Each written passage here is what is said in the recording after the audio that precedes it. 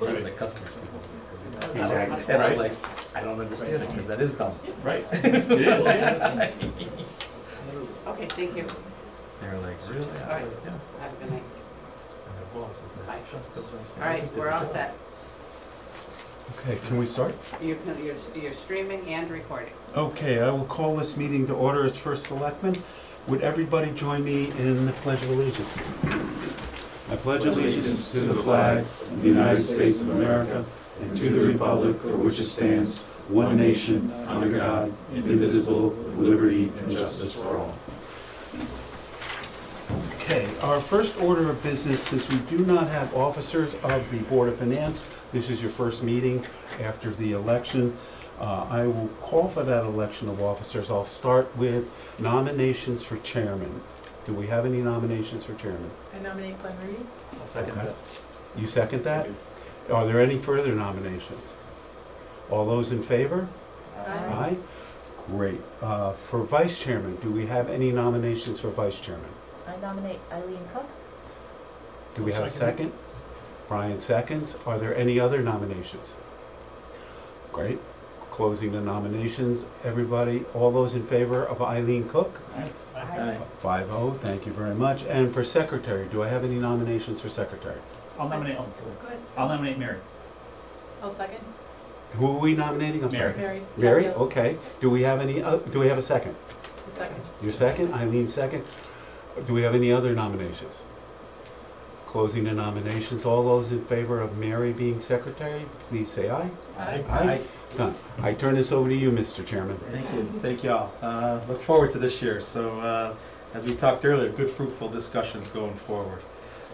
So we, going past that roll call, we're missing one of our new members tonight, but we'd like to welcome Brian on board with us. As you've seen, we have an open table amongst ourselves. Please, any discussion you want to throw out there, we gladly listen to, and might argue it a little bit, but you never know. But I mean, So he's respectful. we'll at least listen. How's that? So anytime, please don't feel afraid to jump in at any time. Yes. Public comment. Do we have any public comment? You have to state your name and, yes, sir. Sure. My name's Dan Myers. I live at 16 Powderhorn Hill. My comment is that the West Milford, New Jersey taxable value of their compressor station in 2021 was $17.5 million. The Dover, New York compressor facility was assessed at $28.417 million as of 2020. The Southeast, New York, very close by, compressor facility was assessed at $90,542,865 in 2022. As best I can tell from the assessor's value in Brookfield, 78 High Meadow Road is currently assessed at $427,840. I think the taxpayers of Brookfield are owed an explanation. Is that your full comment? Just, I just don't want to cut you off. I mean, Thank you. thank you. That's, Yeah. We'll talk about that later. thank you. Appreciate it. Yeah, Thank you. On that, Dan, please feel free to stop by and talk to me. I'll grab you some. Thank you. I really appreciate it.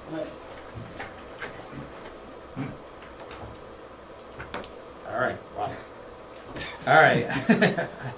That's going under new business later on. Yes. I would like to make a motion that we move 2 old business items to next.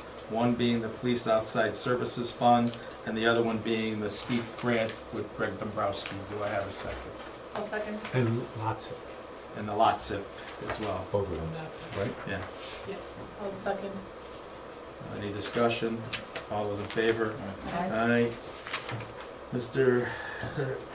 Chief, you have the floor. We are requesting $220,000 from the Police Outside Services Fund for the purpose of purchasing a replacement vehicle for our mobile command. The old vehicle, is a 2005 Ford E450 conversion bus that we purchased in 2012. As you can see from my notes, the vehicle in the beginning was not stored properly. We didn't have a garage, and has sustained damage over the years. It's past its useful life for us. It's now a hotel for rodents, and as much as we try to limp it along with putting it in the garage, now that we have, it's beyond our useful usefulness. So we're looking to purchase a Dodge Ram van, 2500, a little smaller, and the conversion upfit part of it through MHQ, and then we'll go out to bid for the rest of the project. Okay, thank you. Hold on, I'll get back to you. First things first, Yeah. the new packages are awesome. Unbelievable. Yeah. All the backup data is here, all the history is here. This is well prepared, well planned, awesome. I'll start the process here. For those who don't know, the outside police fund is a fund that they get from performing outside services. They collect the revenue, which they put into the outside services fund. They come to the town with their recommendations of what they would like to utilize this money for, and they generally utilize it for their needs. I will say in the past, the chief and his team have been very helpful with us when utilizing the outside fund to help us in the budget process as well, when we've asked them to, when you had money, it meets criteria of, we've always said we'd like to keep, Steve, and you were part of that, 100 to 125,000 in there, even after we give, take some money out of it, so you're still gonna have that balance that we like to keep in there as a general rule. So I will take other comments. Dan, I have a couple questions. please. And just about, and it's more not to do with the vehicle itself, but more about the fund use. And, well, so this purchase would otherwise be in the capital budget if you weren't to, that it would be a request that you needed, it would be in that level of priority? Yes. Okay. And how much is gonna be left in the fund after it's right here? Oh, yeah, sorry. 338 There we go. is remaining, Oh. so it's 220 to 338. So it's that 125, 100,000 Okay. range, I get it. roughly. So much data on this packet there. Yeah. And I didn't have time Right? to go through it. Can Okay. I add something? Yeah. Well, That's- that's up to, Yeah, that's fine. We're a That's family the here. June 30th balance that we're gonna try to update it every quarter, but there's always a profit, so it'll go up, it's higher than that now. And then we did talk about this in the 2023 budget, and said that they would take it out of the outside services. It was part of that whole budget discussion. And it's just taken a while to come out of outside services with COVID and the delays and the price escalations, but it was part of the total discussion in the 2023 capital budget. and the lead time on this is how long? Extensive.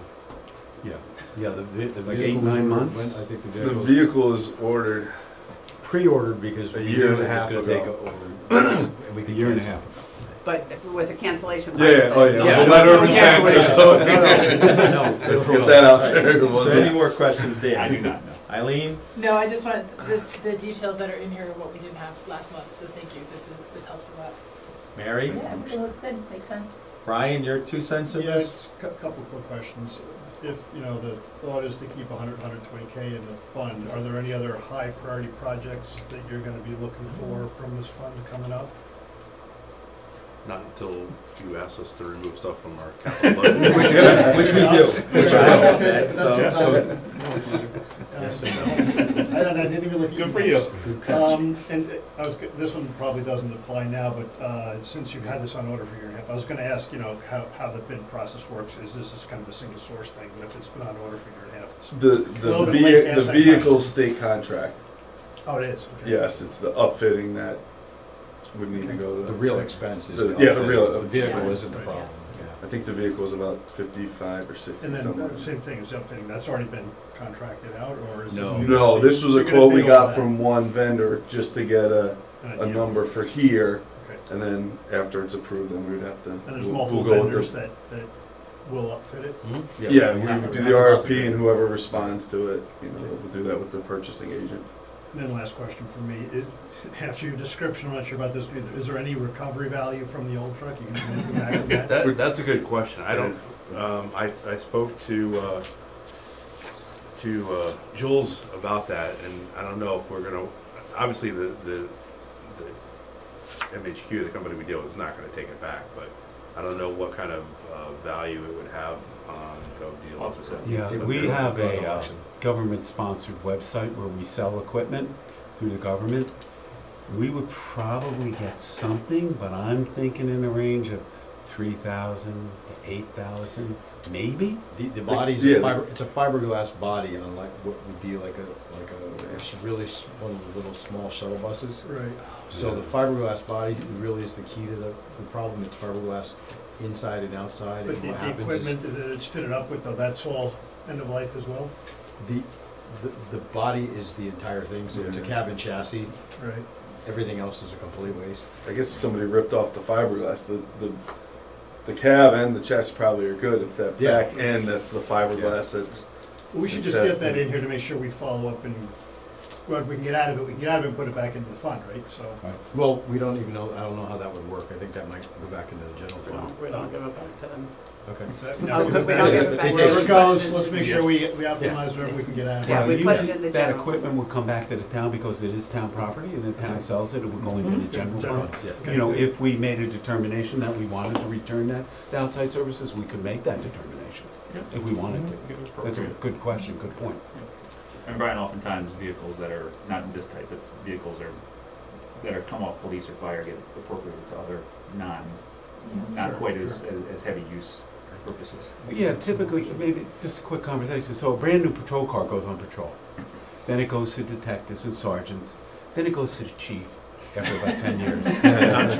And then it comes over to the town. yeah. So we'll get 3 or 4 different lives out of these vehicles. And a lot of the town vehicles are 10, 12, 15 years old. And particularly, some actually go into the private duty fleet, which is what Right, I funds forgot this outside Yeah. services Oh, fund. yeah. So they go from 100,000 miles to 150, but they spend thousands upon thousands of idle hours Just sitting making there, money right, for Just that sitting there with the fund. lights on. Right. We get our money's worth. And also, Brian, for your knowledge, that number we keep in there is just a number. We're not mandated to keep. Oh, no, I 100,000. understand. No, I just want you to know, so we could dip it to 50 Sure. if we needed and saw fit to that. Right. And it increases monthly, as they go out and do more. So, We did dip it once to 50 with the agreement of the police commissioner and the chief of police at the time. yeah. There was something they needed and needed it right away. But we like to keep it at 100, 125, because you never know if some requirement comes up that they really need, and we need it, we have a short time frame. But we have a good relationship, Right. so we can make it work. Yeah. So, everybody good with their questions? So, we can make a motion then, right, that we approve you know what's missing from your package? Well, The motion. No, I put it in the minute, I put it in the agenda there. Oh, all right. I went back to that. All right. So I'd like to make a motion to approve the Police Outside Services Fund appropriation of $220,000 for the purchase of a mobile operations vehicle that was already approved by the Board of Selectmen. Do I have a second? Second. We've had our discussion. Anybody else want to add to the discussion? Hearing none. All those in favor? Aye. 5-0. Thank you, fellas. Thank you. Look forward to your budget process as well. When we get that. Thank you, everybody. Thanks, guys. Thank you. Have a good night. Have a good night. I'm sure we'll be talking. Yes. Can you get Frank the form, Frank to sign right now? Do you have to come back? All right. You know, we Yep. have the, just if I may, we have the approval form with the signature of me and you. If we could do that right now, that would be a big help.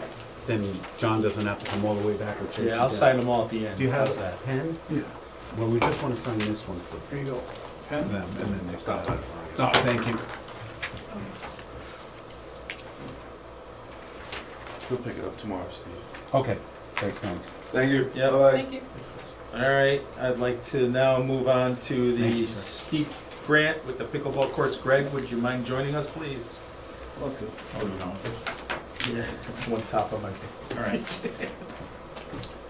Good evening. Hey, Greg. Hello, everyone. I have hard copies for those who don't have it electronically. Anybody want a hard copy? We have it. I've got it. In this package. I shot it. They don't. Oh, of the you don't have presentation? The presentations. Sure. Everyone's good? If you got it, I'll take take it. one. There they are. Maybe I should keep one for myself. Yeah. So thank you for moving your agenda around. So this presentation tonight is really a combination of our Park and Rec Director, Laura Murphy, and myself. She's at a Park and Rec Commission meeting as we speak. So I'm making this presentation on behalf of both of us. This is about a STEEP grant, and I'll go through the history of that and why we're here tonight. So I'll go to the first page. Just about this STEEP grant. You know, every year STEEP grants are generally offered to the town, or all the towns.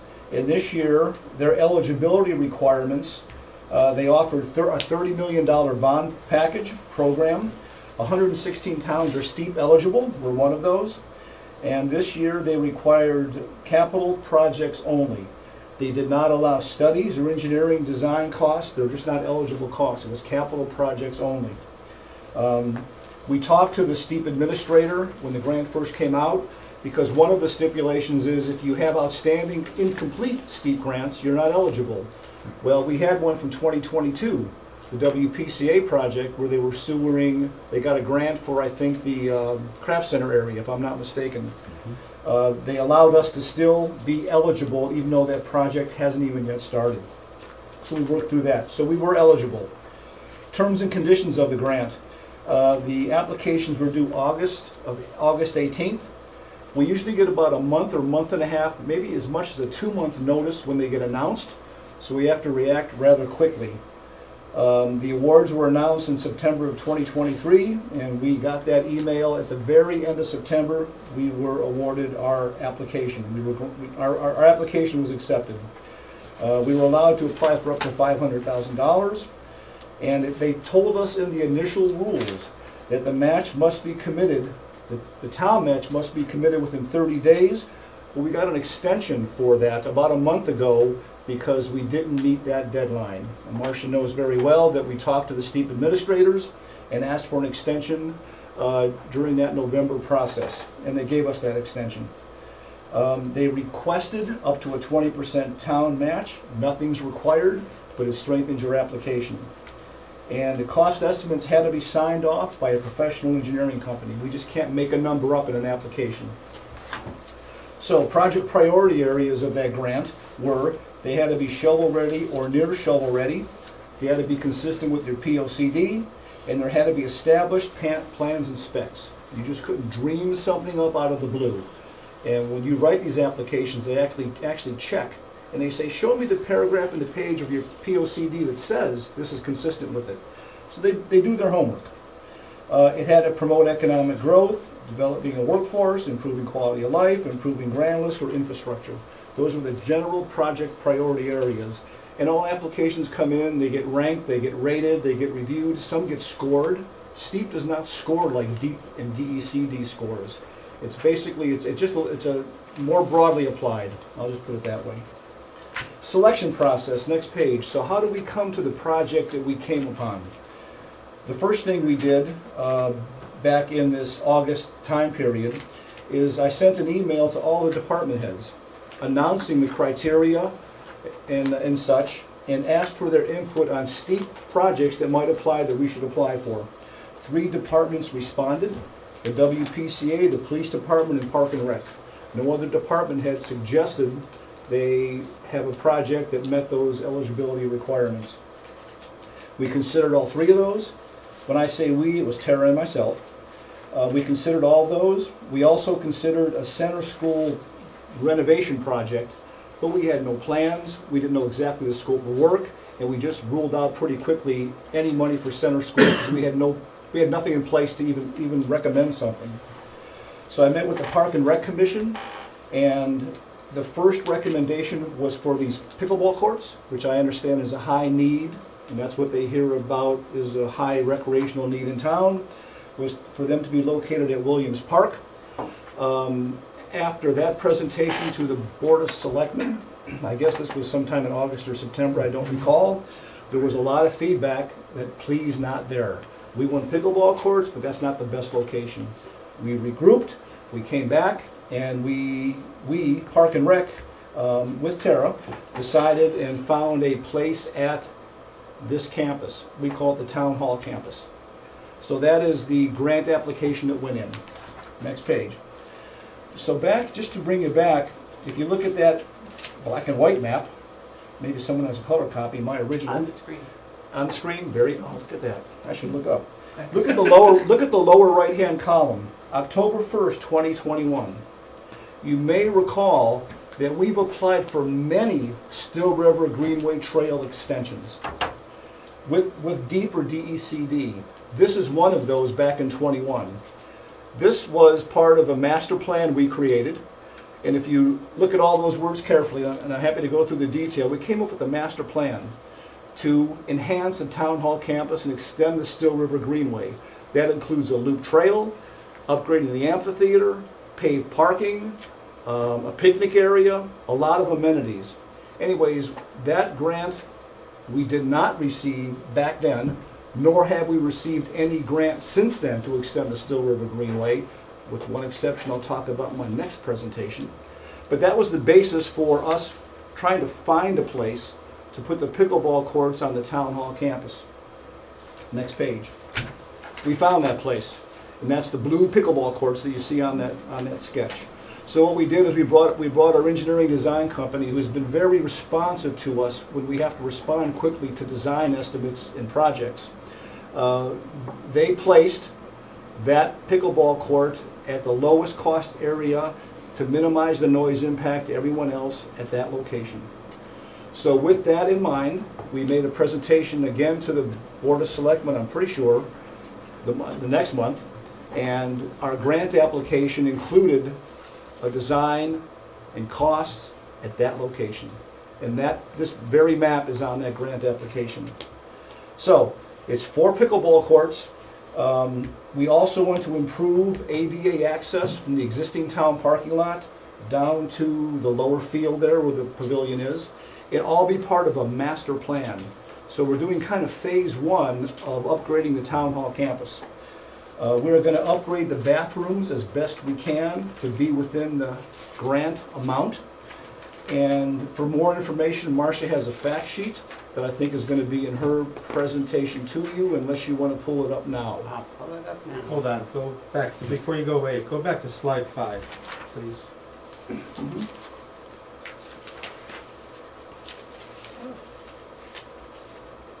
All right, right here, you made a statement that you and Tara decided to scrap the WPCA, the police department things. I think going forward, this needs, Steve, you should bring this like to the capital committee, because I think we need to, every 100,000 is gonna make a difference going forward right now, I think, going towards.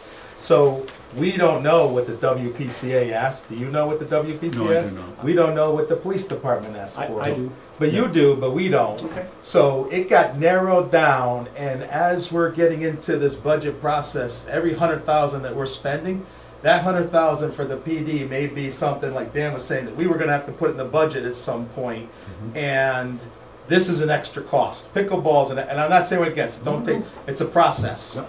And I think that we need better communications if we're gonna get through this next few years. I agree with you 100%. I think there needs to be a little more structure around this. If we get 3 proposals from 3 departments, right? We go through them. We have a discussion not only with Greg and myself, but with the boards. Send you guys, hey, what do you think? Talk to people. This one, I don't know what the PD and the WPCA came out with. I know there was a huge outcry for Absolutely. pickleball. But that's not to say that the police department might have just as worthy a project. I just don't know what it Theirs was. was $60,000, but that 60,000 request was already part of the other bigger communication tower package. Oh, It was okay. it was $60,000. I agree, but this is what I'm trying to say is we're looking at big picture. As this group, as we sit here, we're looking at the big picture, the whole 60,000, 100,000s, and I think Dan has speaks to you as well. Yeah, absolutely. As in, go ahead, if you want to. So, I mean, again, this is not, I'm not speaking Yeah. about pickleball specifically, because I think it's a high use, it's gonna, if we build it, they will come, I have no doubt about that. But, where is it on the priority list? We all know that, to me, every decision, particularly capital decisions over the next 2 years, has to be with an eye toward '26, an eye toward the huge projects, and what can we do to plan for and alleviate some of the burden for the planning, the architect, all of that for the police station, the rec center. And you just said something that's pretty scary to me, Greg, and this is phase 1 of a project to upgrade town hall complex. It's in the 10-year capital plan. All the phases are in the Yeah. 10-year capital plan. It is. Yeah, but they're gonna get all reviewed. Of I course. think what it's saying is, we see different things than what you see. So between you and Tara, you might have only seen 25% of what we need to view is going forward. And where we're seeing, hopefully, we see the whole 100%. Yeah. And it's not a matter of, is pickleball good, bad, or indifferent? I think we all have a good feeling about it, but we would like to have known what were the other projects that this money could have went for. I agree with you And of course, 100%. you know, appropriating 100 to get 500 is, you know, that you're leveraging that makes perfect sense. Right.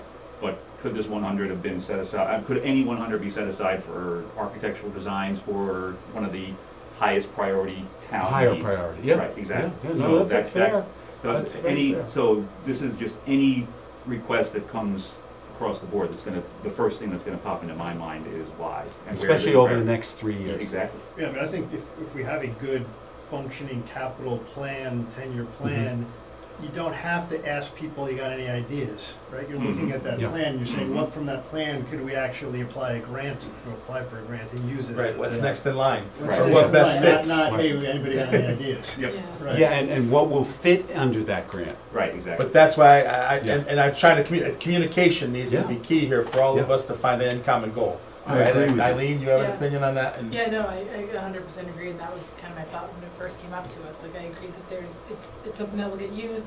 I'm actually more interested in the other pieces that come with it, the walkway and the AJ. bathroom. Those types of things to me are of more interest, as much as I love people being out and playing pickleball.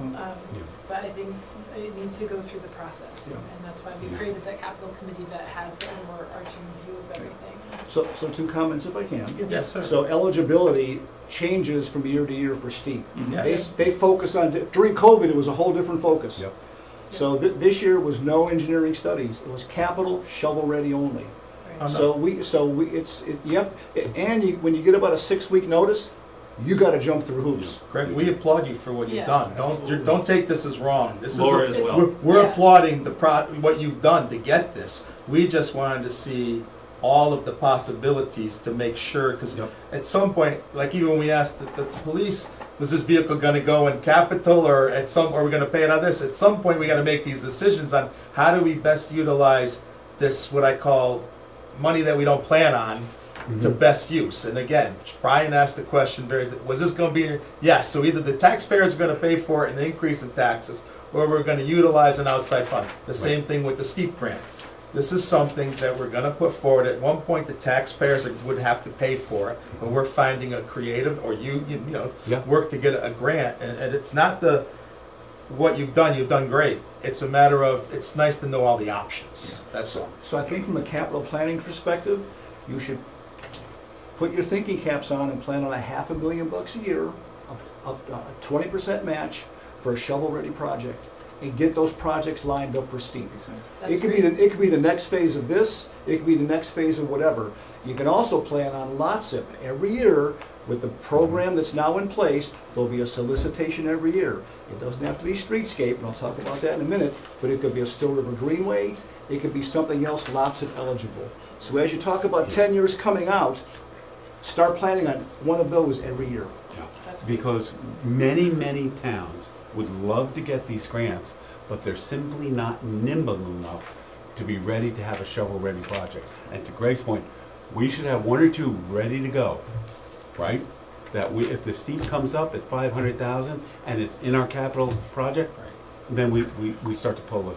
Correct, but I'm on board with Brian already here, Yeah. saying we shouldn't be asking, we should have already be knowing, Yeah. right? These are the 5 target items, so if the steep grant comes up that fits, these are the first 5. And then I know you're saying criteria changes, so criteria might change the order of the priorities. Yeah. So I think we've proved our point, I think Yeah. we've got it across. So you can also apply for more than one, by the way, same with LOTSIP. So you don't have to apply just for one. You may not get to, but you can apply for more than one. That's good to know. Your percentages go down. Right? I'd leave Yeah, that are in you your hands. you cannibalize Yeah. yourself when you do that? To a certain extent, they look at everybody for number one first, and if there's funding, which there rarely is left, they then will go down to the number 2 projects. And remember, as Glenn said, the criteria every year changes. Okay, we're gonna do this kind of project or that kind of project. Well, we have enough things that we've been looking at in the capital plan that we can, let's say, earmark. We think these might be steep in the future. These might be lots of, Yep. and keep within the priorities. Yeah, I don't But think we again, need for to this one, change. it's shovel ready. Yeah, that Right. process, I don't think we need to change. I think No. I think the process is, if we have 3 that we're looking at, we need to prioritize to meet the Yeah. needs. I think more communication is, what I'm hearing here is the key, that you guys just don't want to be, you want to understand what the whole forest looks like and why we picked this tree. And we don't want to make decisions based on chaos. We No. want to be planning. I So, agree. all right, Marcia, go ahead. Well, Please. Greg, so. Oh, you got those dates in blue, which are key. I'll let you go, Marcia, go ahead. Oh, this is your fact sheet idea, go ahead. This is just a fact sheet, just to give you the ideas that, as you saw on each one, that Steve wanted something that would summarize it to make it nice and easy of all the data. The department heads, Greg and Laura, the scope of the pickleball courts, the finances, 589,000, 489 from Steve, local would be 100,000.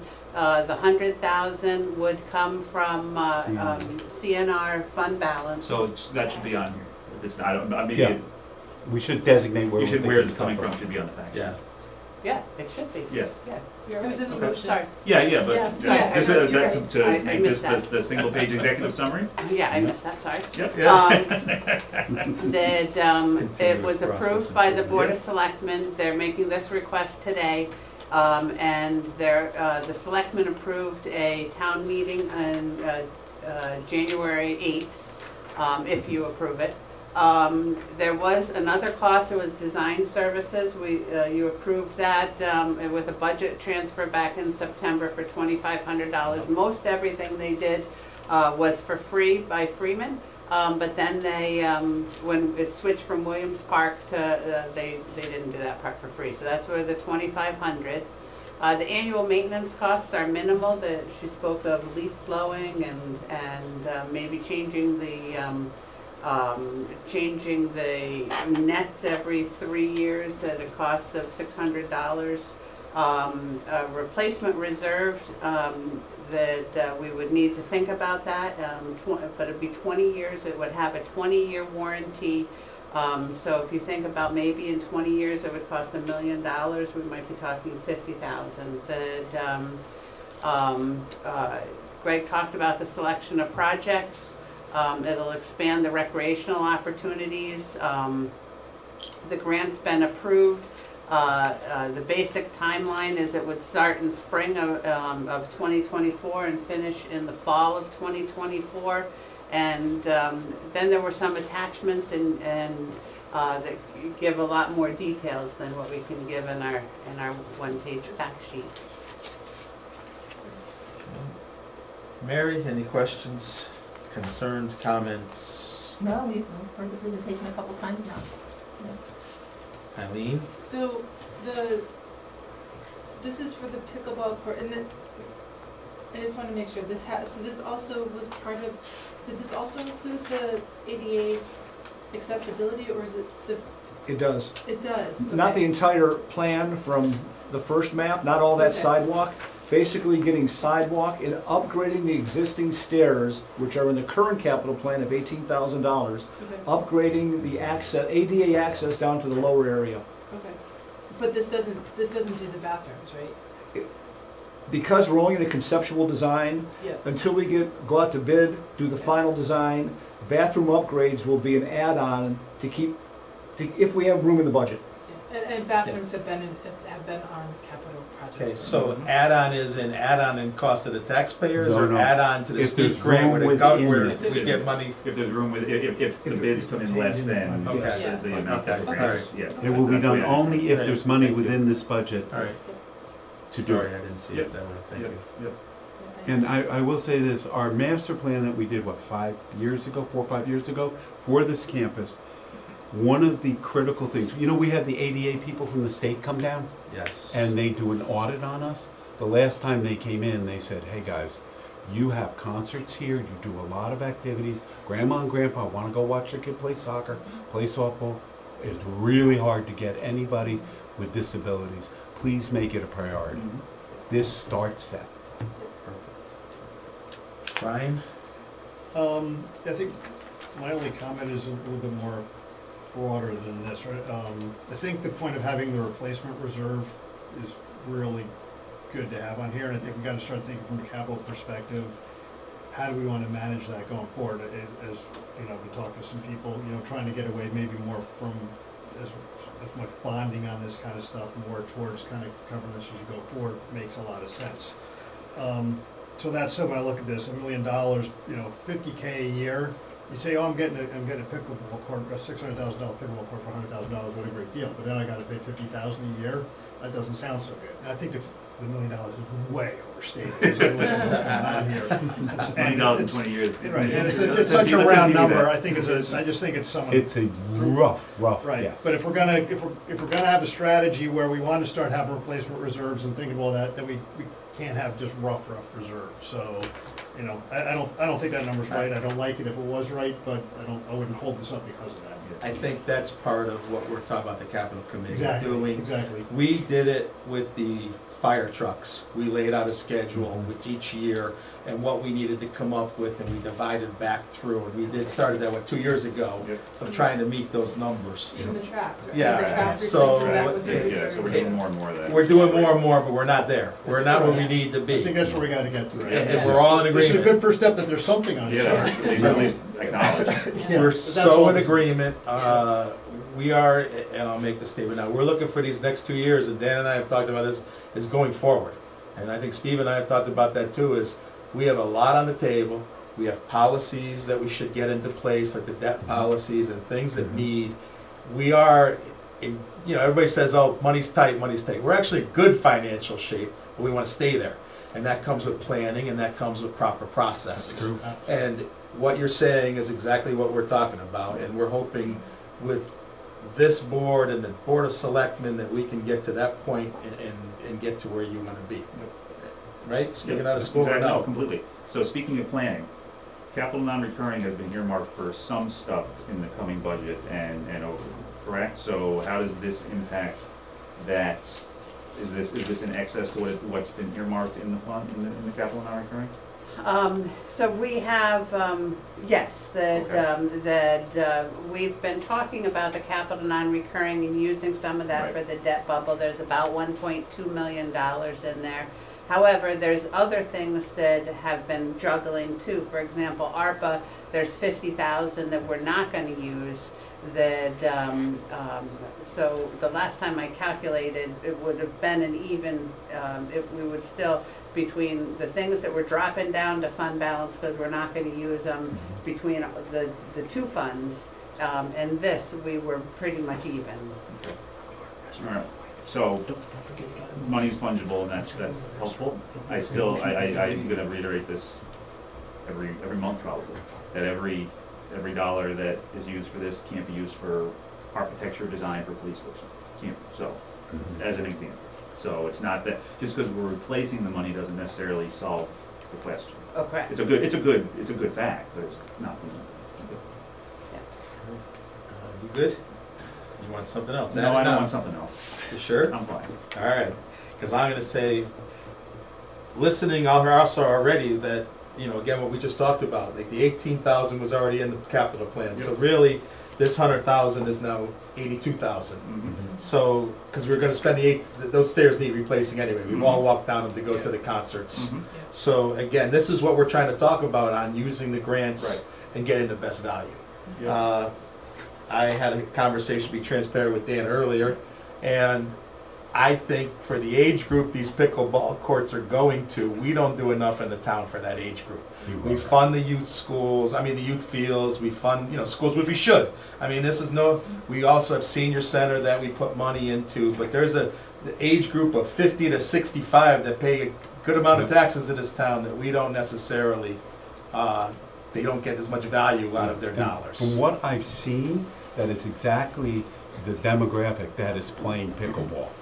So I don't know if this would be a priority for me in the big picture, but we haven't laid out that priority, and every 100,000 does count. But I do think this goes to a demographic that we pay a lot of taxes to this town, and You could say are underserved from a sports facility. I don't like to say underserved, but maybe don't get as Maybe. much. So that's my 2 cents on the matter of I think that this fits a demographic. So. Can I ask one other question though? So we have the dates on here. So the original motion that we had was for a town meeting in November, which obviously didn't happen. Was this already brought back up at your Yes. meeting? Yes. Okay. And they rescheduled the town meeting for 1/8. Yeah, I see that. I just didn't, we never got an updated memo with those dates, so I didn't know You should. that Let me just.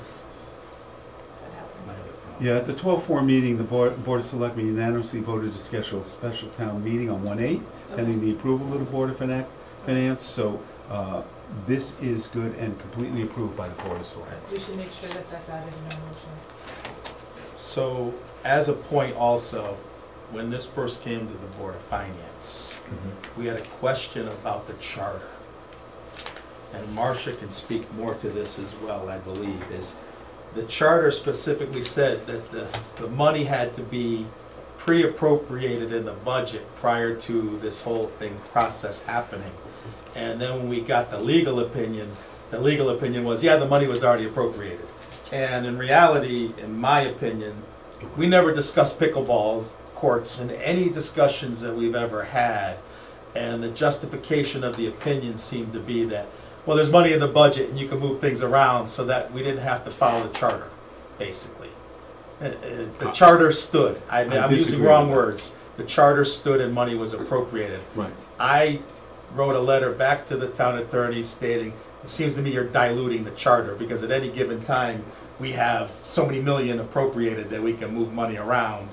And I think that we need to just, going forward when we do these things, be wary of what amount of money needs, go ahead Marcia, maybe you can say it better than I can. What amount of money needs to be approved prior to, appropriated prior to we going to these applications? Yes, the charter says that before you apply for a grant, you have to have, an additional appropriation has to go to, if a grant application that requires an additional appropriation has to go to a town meeting. Correct. And, Before the application is submitted. before the application is submitted. And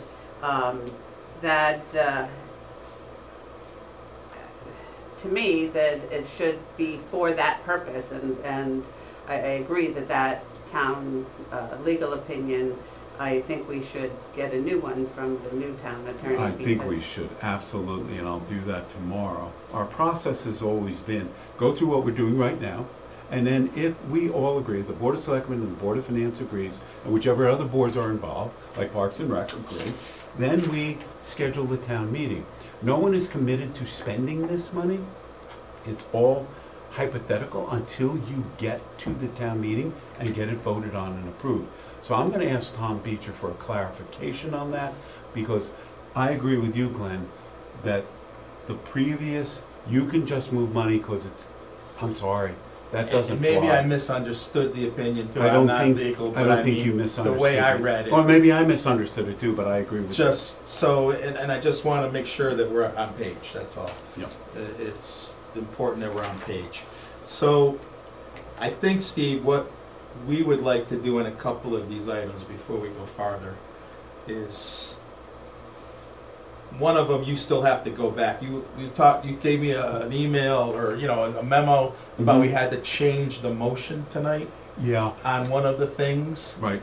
Can we go through these and have you do your meeting and we do a special meeting after your meeting?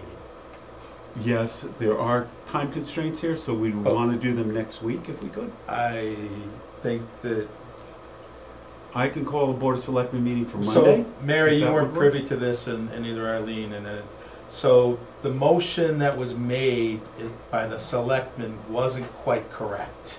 It had to be reworded a little bit. Steve went to the town attorney, Steve, tell me if I'm talking. I wasn't about- comfortable with it, Go the ahead. way it was written, and Tom Beecher came back to us, I gave a copy to Glenn. The Board of Selectmen needs to make sure that our original motion was okay, but we needed to add, it also has to go to the planning committee, the planning commission, C 824G, 824, I think, and then you would do your motion. Now, you can do your motion tonight if you choose, using the language.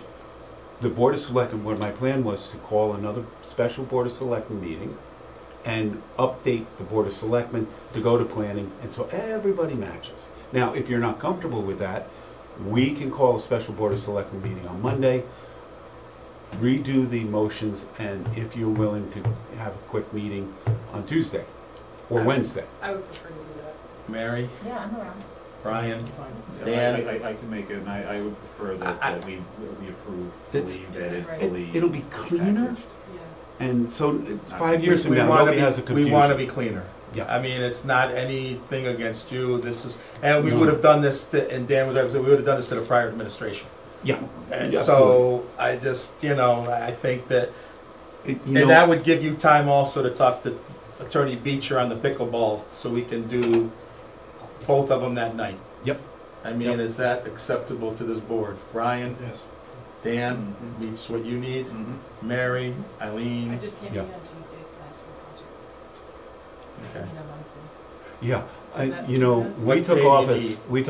office last Monday at 7, Yeah, and the agenda was created for us. I'm not sure exactly, the motions I knew then weren't as crisp as we needed them to be, so I'm fine with stepping back, calling a special Board of Selectmen meeting, get it right, get it dead. can we do it Perfect. Monday? Can you do it Monday night? Immediately following? I can Yeah, do it. meeting. Yeah, we could do it Monday night. I can do Monday. So you have your special meeting and we'll open up a meeting I right have after. to check with the other selectmen, but I'm sure if we're going, it'll be at most 20-minute meeting, I think. I mean, we're at gonna least go for through us. the other project Yeah, now, yeah, but I yeah. mean, I mean, it'll have to be set, I mean, sometime we do them earlier, I'll be driving, commuting that day, so it'll be 7 on the back. yeah, but they're gonna hold their meeting what time? We could hold it at any time. I know, that's why sometimes you do 5 and we do the So special. We Could could they- hold could it they at do 2 o'clock in the 6:30? afternoon or If 5. they did 6:30, we could do 7? Mhm. Would that meet, Brian, 7 Monday? Monday? Monday. And then that January 8th date for the town meeting we still hold? It's still We would okay? still make the motion with a town meeting on 1/8 at 6 o'clock and 6:30 for the two projects. How much notice do you have to give for the town meeting? Does You need like 7 days, I think. I'll Okay, double then we're check. still okay. If it's The 7 town days, meeting's already we're- scheduled, so all we'll be doing is having the data done, right? I mean, Actually, yeah, we've already scheduled the town meeting. We're just But you have to get the changing notice. the motion to make sure it agrees between the Board of Selectmen and Board of Finance and to make it clean. Okay, so Monday, you plan on it then. You're gonna talk to Beecher about the Yep. pickleball course to make Yep. sure everything's good. And then the agenda for a special meeting? Yeah. Yeah. Okay. So then any other questions on the pickleball? We'll have the vote then Monday night. Mhm. Everybody good with the vote on Monday night? You've asked all your questions? Okay. If for some reason I have any problem setting up a meeting Monday night, I'll notify you immediately. Yeah. and- We just have to have ours before yours. I can even do mine Friday. I Whatever. don't like to do Fridays because a lot of people, Yeah. it's not the best day, but if we have to, we will. Make sure if you send it to me, send to Eileen too, if you just send it out there, so, because I don't know what my schedule is. And you said 6:30 and 7, is that what we? We would do 7, if you Yeah. did So 6:30, we'll we try would to do 7. 6:30 and 7, okay. Okay, so now we're on to the streetscape plan. Okay, so anybody that would like a copy of that presentation is here.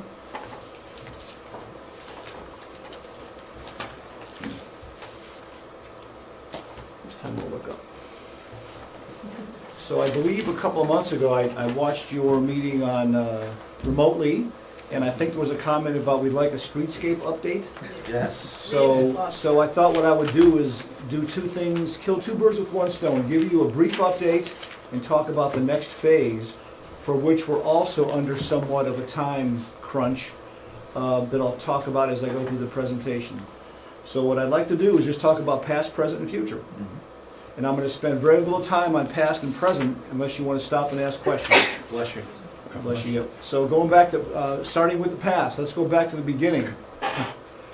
Not the dinosaurs, but the next page, the Route 7 bypass. If you remember, next page, back in, what's the date on that, 2009? That was the opening, and there's a picture on the bottom of Governor Rell opening up the Route 7 bypass.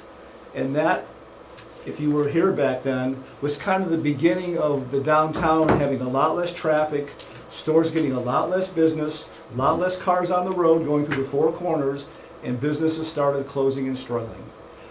In my mind, that was the beginning of the downtown really taking a whole another level down as far as being a vibrant area. So that was 09. Okay, the next page, what came of that? May I just make one comment to add to that? Yep. So with that bypass going in, it moved like 30,000 cars going through Brookfield, because residents wouldn't go anywhere near the downtown from 6:30 in the morning till 9 and from 4:30 till 7. It allowed us to re-envision a downtown for Brookfield residents, and that was the start of this whole POCD and project, right? It allowed us to say, hey, we can do this, and our residents will come, because this should be for our residents, in my opinion, right? So Pancho and Gringos was packed on rush hour because people didn't want to sit in the car. They stopped in and have a taco, right? Okay, then what happened? I think the date on this is 2012. With that slowing down of the downtown, there was a study. Bill Davidson was first selectman. He said, we need to look at how we revitalize our downtown. And this company, Fitzgerald and Holiday, was hired to do a study of our back then it was called the Four Corners, still is. And how do we revitalize our downtown? So that was 2012. There's a date on there, I can't read it. It's in your package. And what did that study do? There was a steering committee of 15 people. There was a vision statement, a lot of community input. I remember sitting in the basement of the library providing input to all these different maps and ideas way back then. They studied existing conditions. They looked at housing. Boy, has that come a long way. The market, workforce, employers, all of that. They came up with a concept plan and an implementation plan. And that plan included something called Complete Streets, zoning regulation changes, and using that, making that area our cultural civic center of Brookfield. That was back in 2012. Next slide, please. Marcia, you're doing great. So there we are, 3 years later. We were required to update our plan of conservation and development. That was a 2-year effort. During that time, the bottom paragraph is in the vision statement.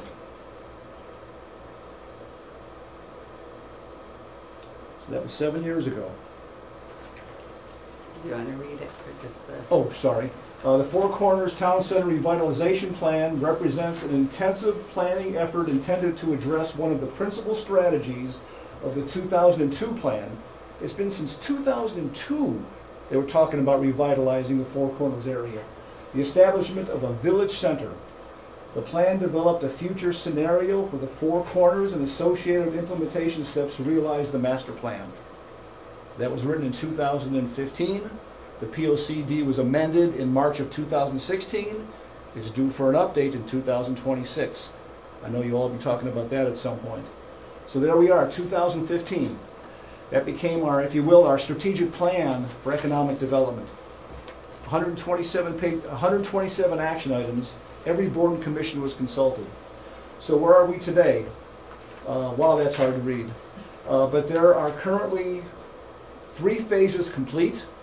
Phases 1, 2, and 3. Phase 3 was complete last summer, including the Pocket Park. Phase 6 was canceled, you may recall. We gave them money back to LOTSIP about 1.5 years, 2 years ago. That was to bring sidewalk up Laurel Hill Road. That was canceled because we rerouted the Still River Greenway. You may remember we hired a consultant to give us a master plan for the Still River Greenway. He rerouted the trail based on community input. And because that trail wasn't gonna go up Laurel Hill Road, that was the major impetus for Streetscape Phase 6, that project was canceled. So Phase 6 is canceled. Phase 5 goes from Angelo's dry cleaners all the way into the new traffic light that will be installed into the grocery store at 731 Federal Road. Phase 4, you probably heard me talk about this one for 3 or 4 years, goes from the restaurant, just north of Four Corners.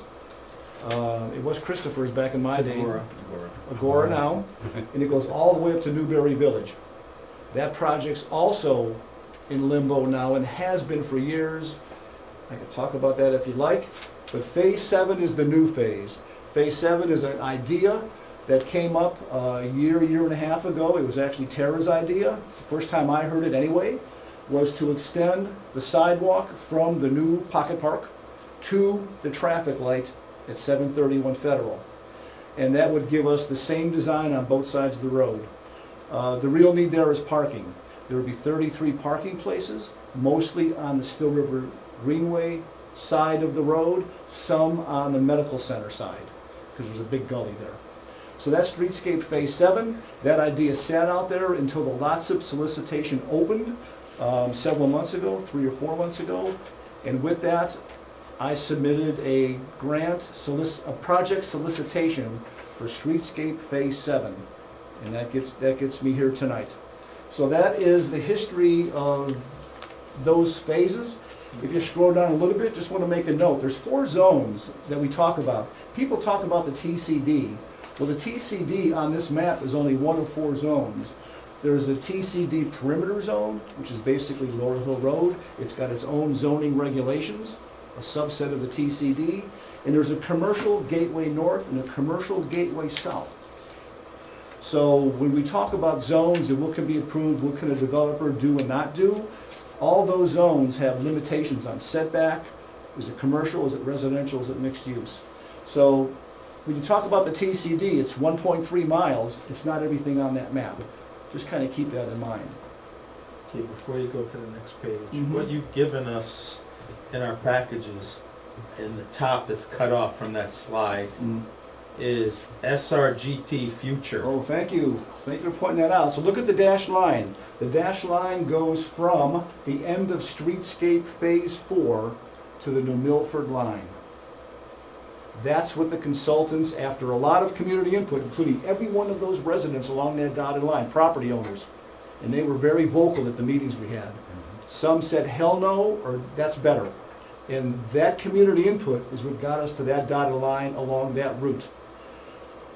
So when it comes time to design with LOTSIP money or federal money that I'll talk about in a couple slides, when it comes time to go to New Milford with the Still River Greenway, that is the route this community voted on, and that is the one the consultant said we can make happen. We looked at putting it on the other side of the river. We looked up going Laurel Hill. We looked on staying all the way on Federal Road. That's been studied pretty much to death. And that dotted line would be how we get to New Milford.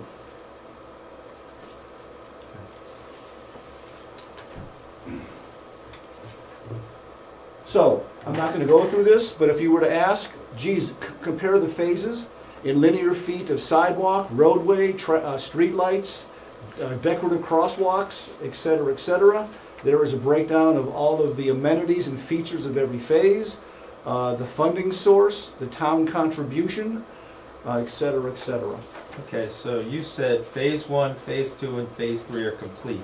Correct. So they're closed out financially then, correct, Marcia? No.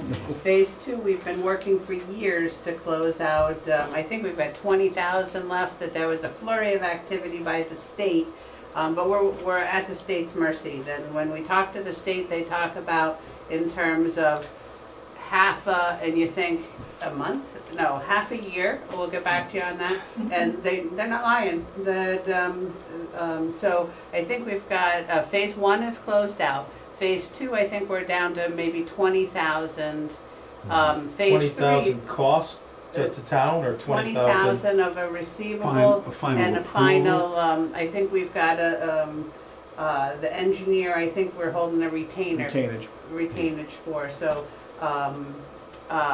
phase 3 has just finished. So I didn't follow, what does that mean? We're waiting for the state to pay us 20K and we'll pay someone else that 20K? Correct, Okay. correct. That, we were, at June 30th, it was 300,000, so we've collected quite a bit. And for a while there, it was every week or every day that we're getting another payment, but we're down to about 20. Phase 3 was just finished, or is just being finished. I think we're holding some retainage. 5% because they haven't paid the police department for their last bill for traffic control. Until Grasso pays their every last penny and we get certified payroll, we're not gonna release the 5% retainage. Phase 4, you said, was on hold, or Phase- in limbo. Phase 4 has been on limbo for years. We think, and I've said this for 3 years, there's movement. And what's changing is the Enclave project. It has gone through a major redesign with new new people under contract to buy the property and a new development that is now being proposed to the zoning commission. I'm spending a lot of time with the new developers and the zoning commission. Either this meeting or next, they're gonna be taking a vote on a change of a regulation, a zoning regulation change, that'll allow that development to happen. Once that project goes, the state says, okay, I'm gonna know what you're putting in, I know where the driveways are gonna go, we'll now approve phase 4. So then what effect does that have on the 500,000 that we've put aside for that and the estimated cost of 3.8 million? We're gonna have to get re-estimated. Yeah. I will tell you the big change, and I think it's a good thing, there's a good news and bad news. In 3 years, inflation's been horrendous compared to when this thing was first estimated. That's the bad news. The good news on this project, if the development goes in the way it's now being proposed to the zoning commission, they're gonna take down, if you think about just south of Newberry Village, on the west side, it's all that rock ledge. That's all gonna be sidewalk at road level. The developer's taking that out instead of the Lotsit project. So that'll be a tremendous hundreds of thousands of dollars less in Lotsit costs. So I think I think when it's all said and done, if the zoning regulations happen, we do a redesign, I think it's gonna be much less Lotsit money, some of that will be eaten by inflation. And if the costs exceed what's already approved, we're gonna have to go through the approval process again. Well, this comes back to Dan's statement again, that we need to understand this a little bit, because every 100,000 is gonna count, right? So we've approved 500,000, so the change in the new ownership, if that went up to 600,000, that's something that we gotta be I aware think, of. Greg, tell me if you agree, that with the change, with the property owner taking out all that ledge, the overall project will go down. I don't anticipate we're gonna be asking for more than what we've got already from the town. So is that a percentage base, or like you say, you have it 13 and 87, or is that just a number? Lotsit pays 100% of construction. The only thing the town is responsible for is engineering design and my time. So if there's change orders with engineering design, depending on the scope of change, that's an extra cost. Yeah. I think I put enough contingency in 3 years ago. I think we're okay, but I can't sit here and promise that to you for a couple months. So in the big picture, it's a limited exposure. In my opinion, yes. I think so, yes.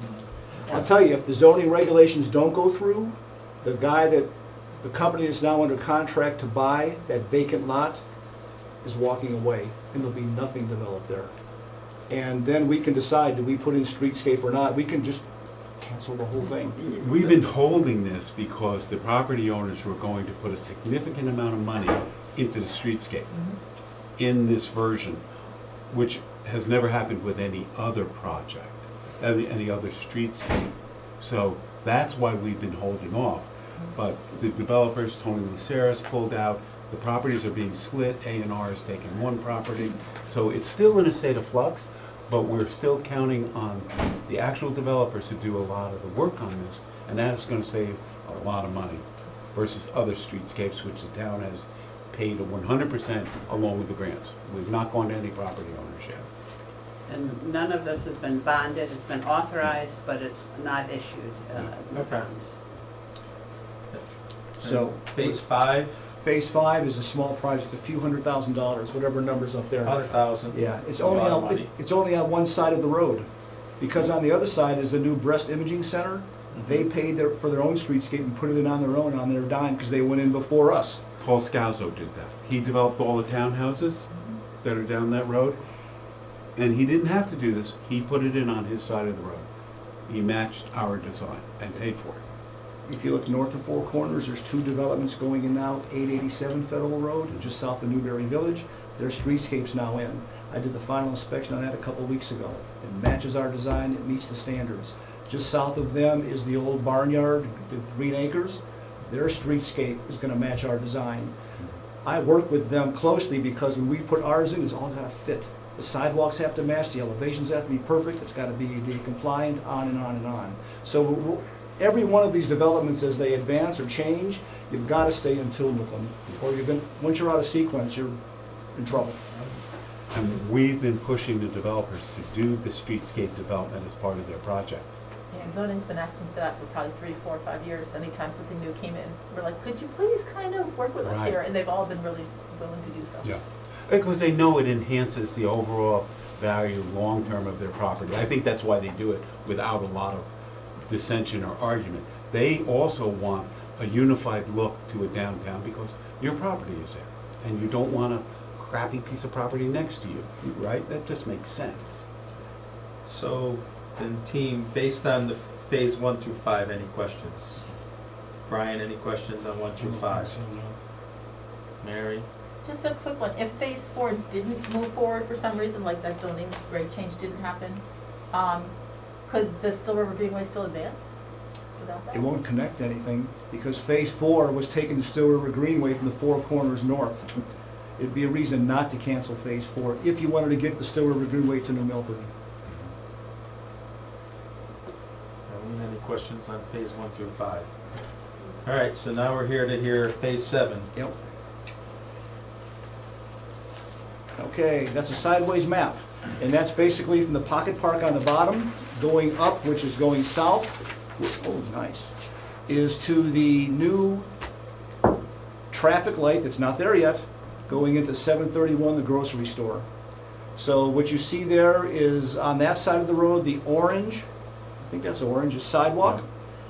The red is brick pavers. You see parking on both sides of the road, mostly on the east side.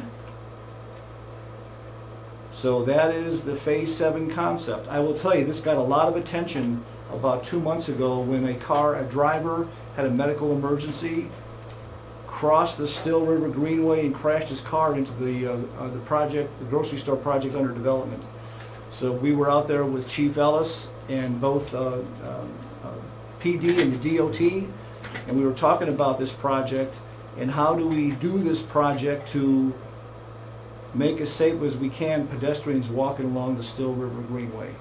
So that whole concept is adding another dimension to the design. It may change what we originally had as a concept. That's why I put in a little bit more contingency than the engineering design cost for just what you're looking at. We may have to put up a wooden timber beam or something to enhance safety along the trail. And I have contingency dollars in there, more than this engineering design estimate, to cover something. I hope it's enough. We don't know what it's even gonna be yet. The DOT's got to approve all this, it's their road. We don't make the final decision, we just tell them what we'd like. Yeah. If you remember, when we first put in the Still River Greenway, if you're coming north from the bypass, you come around the curve, right, and the supermarket will be up here. We had a big fight with the state.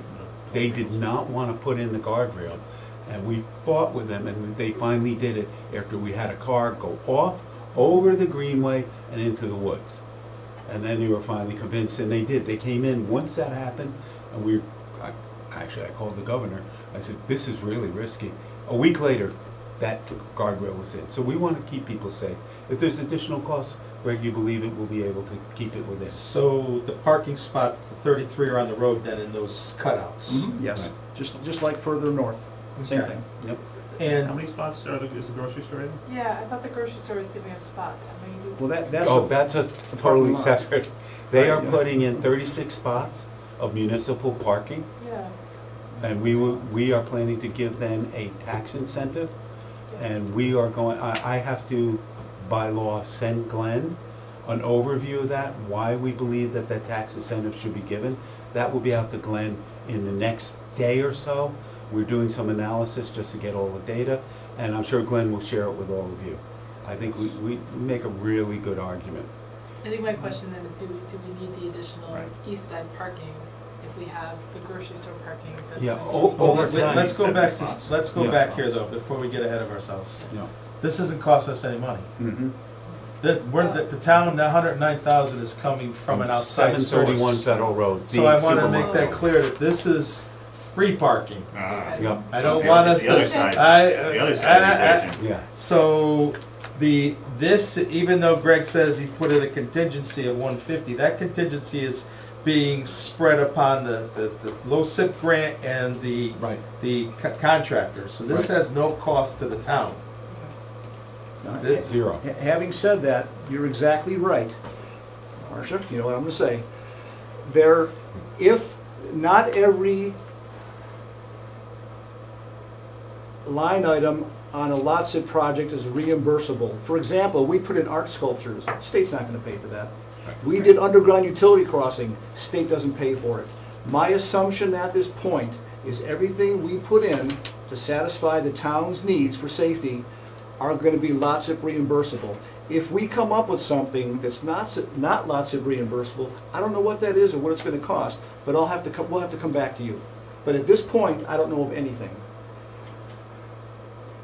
So this is basically 1.7 million without the cost of the town, except Right.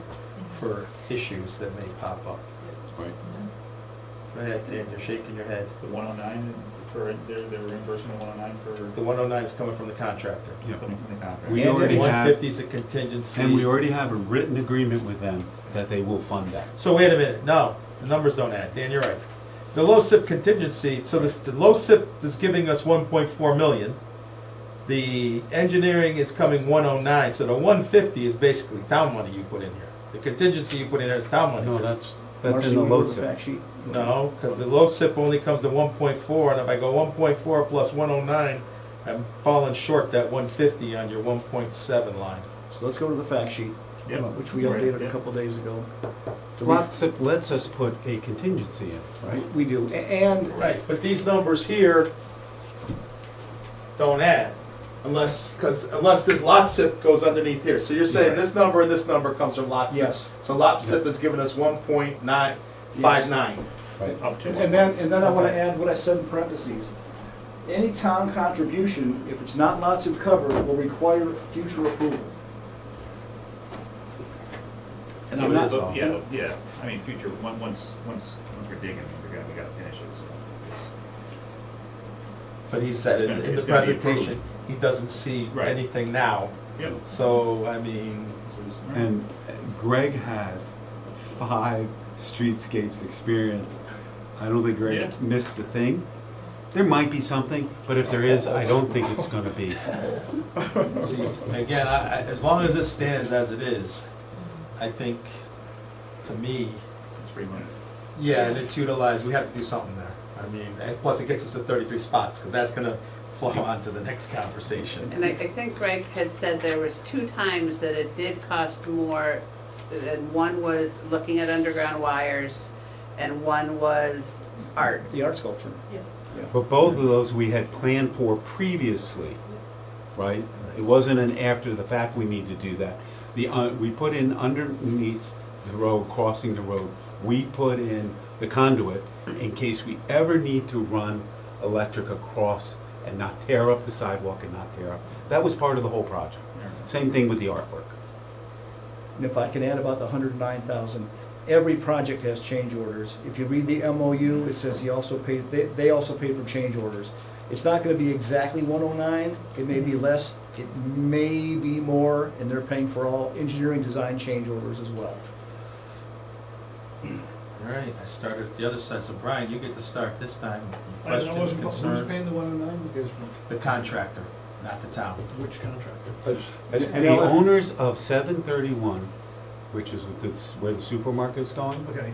they have agreed to pay For the engineering for the design. engineering design of the streetscape. And we learned earlier that Lot SIP doesn't pay for design, they pay for the Right, construction. that I got, so So that's what I was trying to. that's not being paid Yeah. for by the town. Right. Or if the town is paying, we're getting reimbursed. I don't know how it Yes. all worked out that arrangement.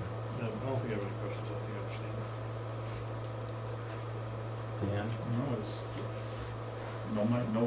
no cash needed, so, okay. Eileen? Mary? Yeah, good, just we should pay attention to the zoning meeting. Mhm. Well, I think that's why we're gonna all meet, what you call it too, next week, or for emergency, special meeting. Everything should be covered by then, right? Yep. So we should know where we stand. Is the zoning meeting gonna be done by then? No, I don't think so. So, The second and fourth Thursdays? So they should meet tomorrow if that's on the agenda. you know, they can defer a decision, that it's still, they're closing public, and they have 60 or 30 days to study or consider. So they may not vote at the next meeting. I know it's an open application to change the zoning regs. So regardless of that, we can cover both of these at a special meeting Monday night. You're gonna talk to the town attorney about the actual motion itself for this, because it is a little different than normal for us. And we want to get it right. And we want to get it right. You're going to talk to town attorney about the pickleball situation. So both of those items we're going to vote on in this special meeting Monday night. Everybody on this team agreed? Yep. Yes. Perfect. I've got a few more slides, just a couple more, sorry.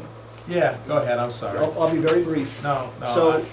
That's the engineering design cost, you don't need, that's the detail for you to look at, no.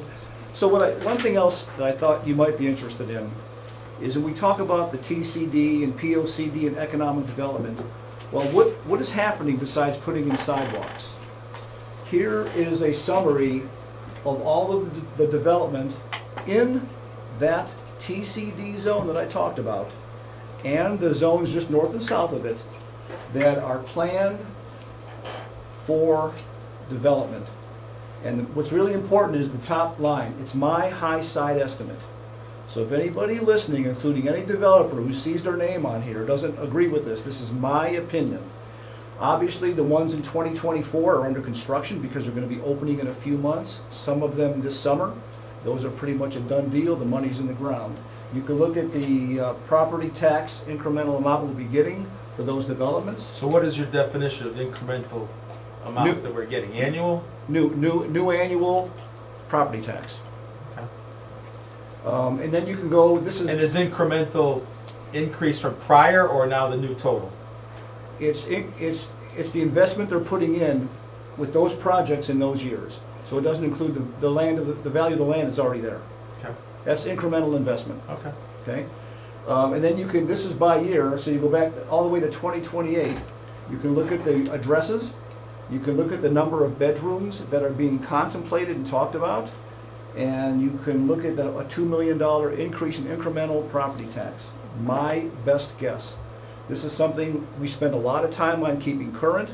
I'll be updating my economic development report for the year. So I just want to pass that on to you. Let's just talk about the number of bedrooms. Mostly one bedroom and studio. Very few students, mostly single people, grandmothers, young professionals, not adding a lot to the school enrollment, I believe, I'm pretty sure that's a fact. And then many fewer 2 and 3 bedroom.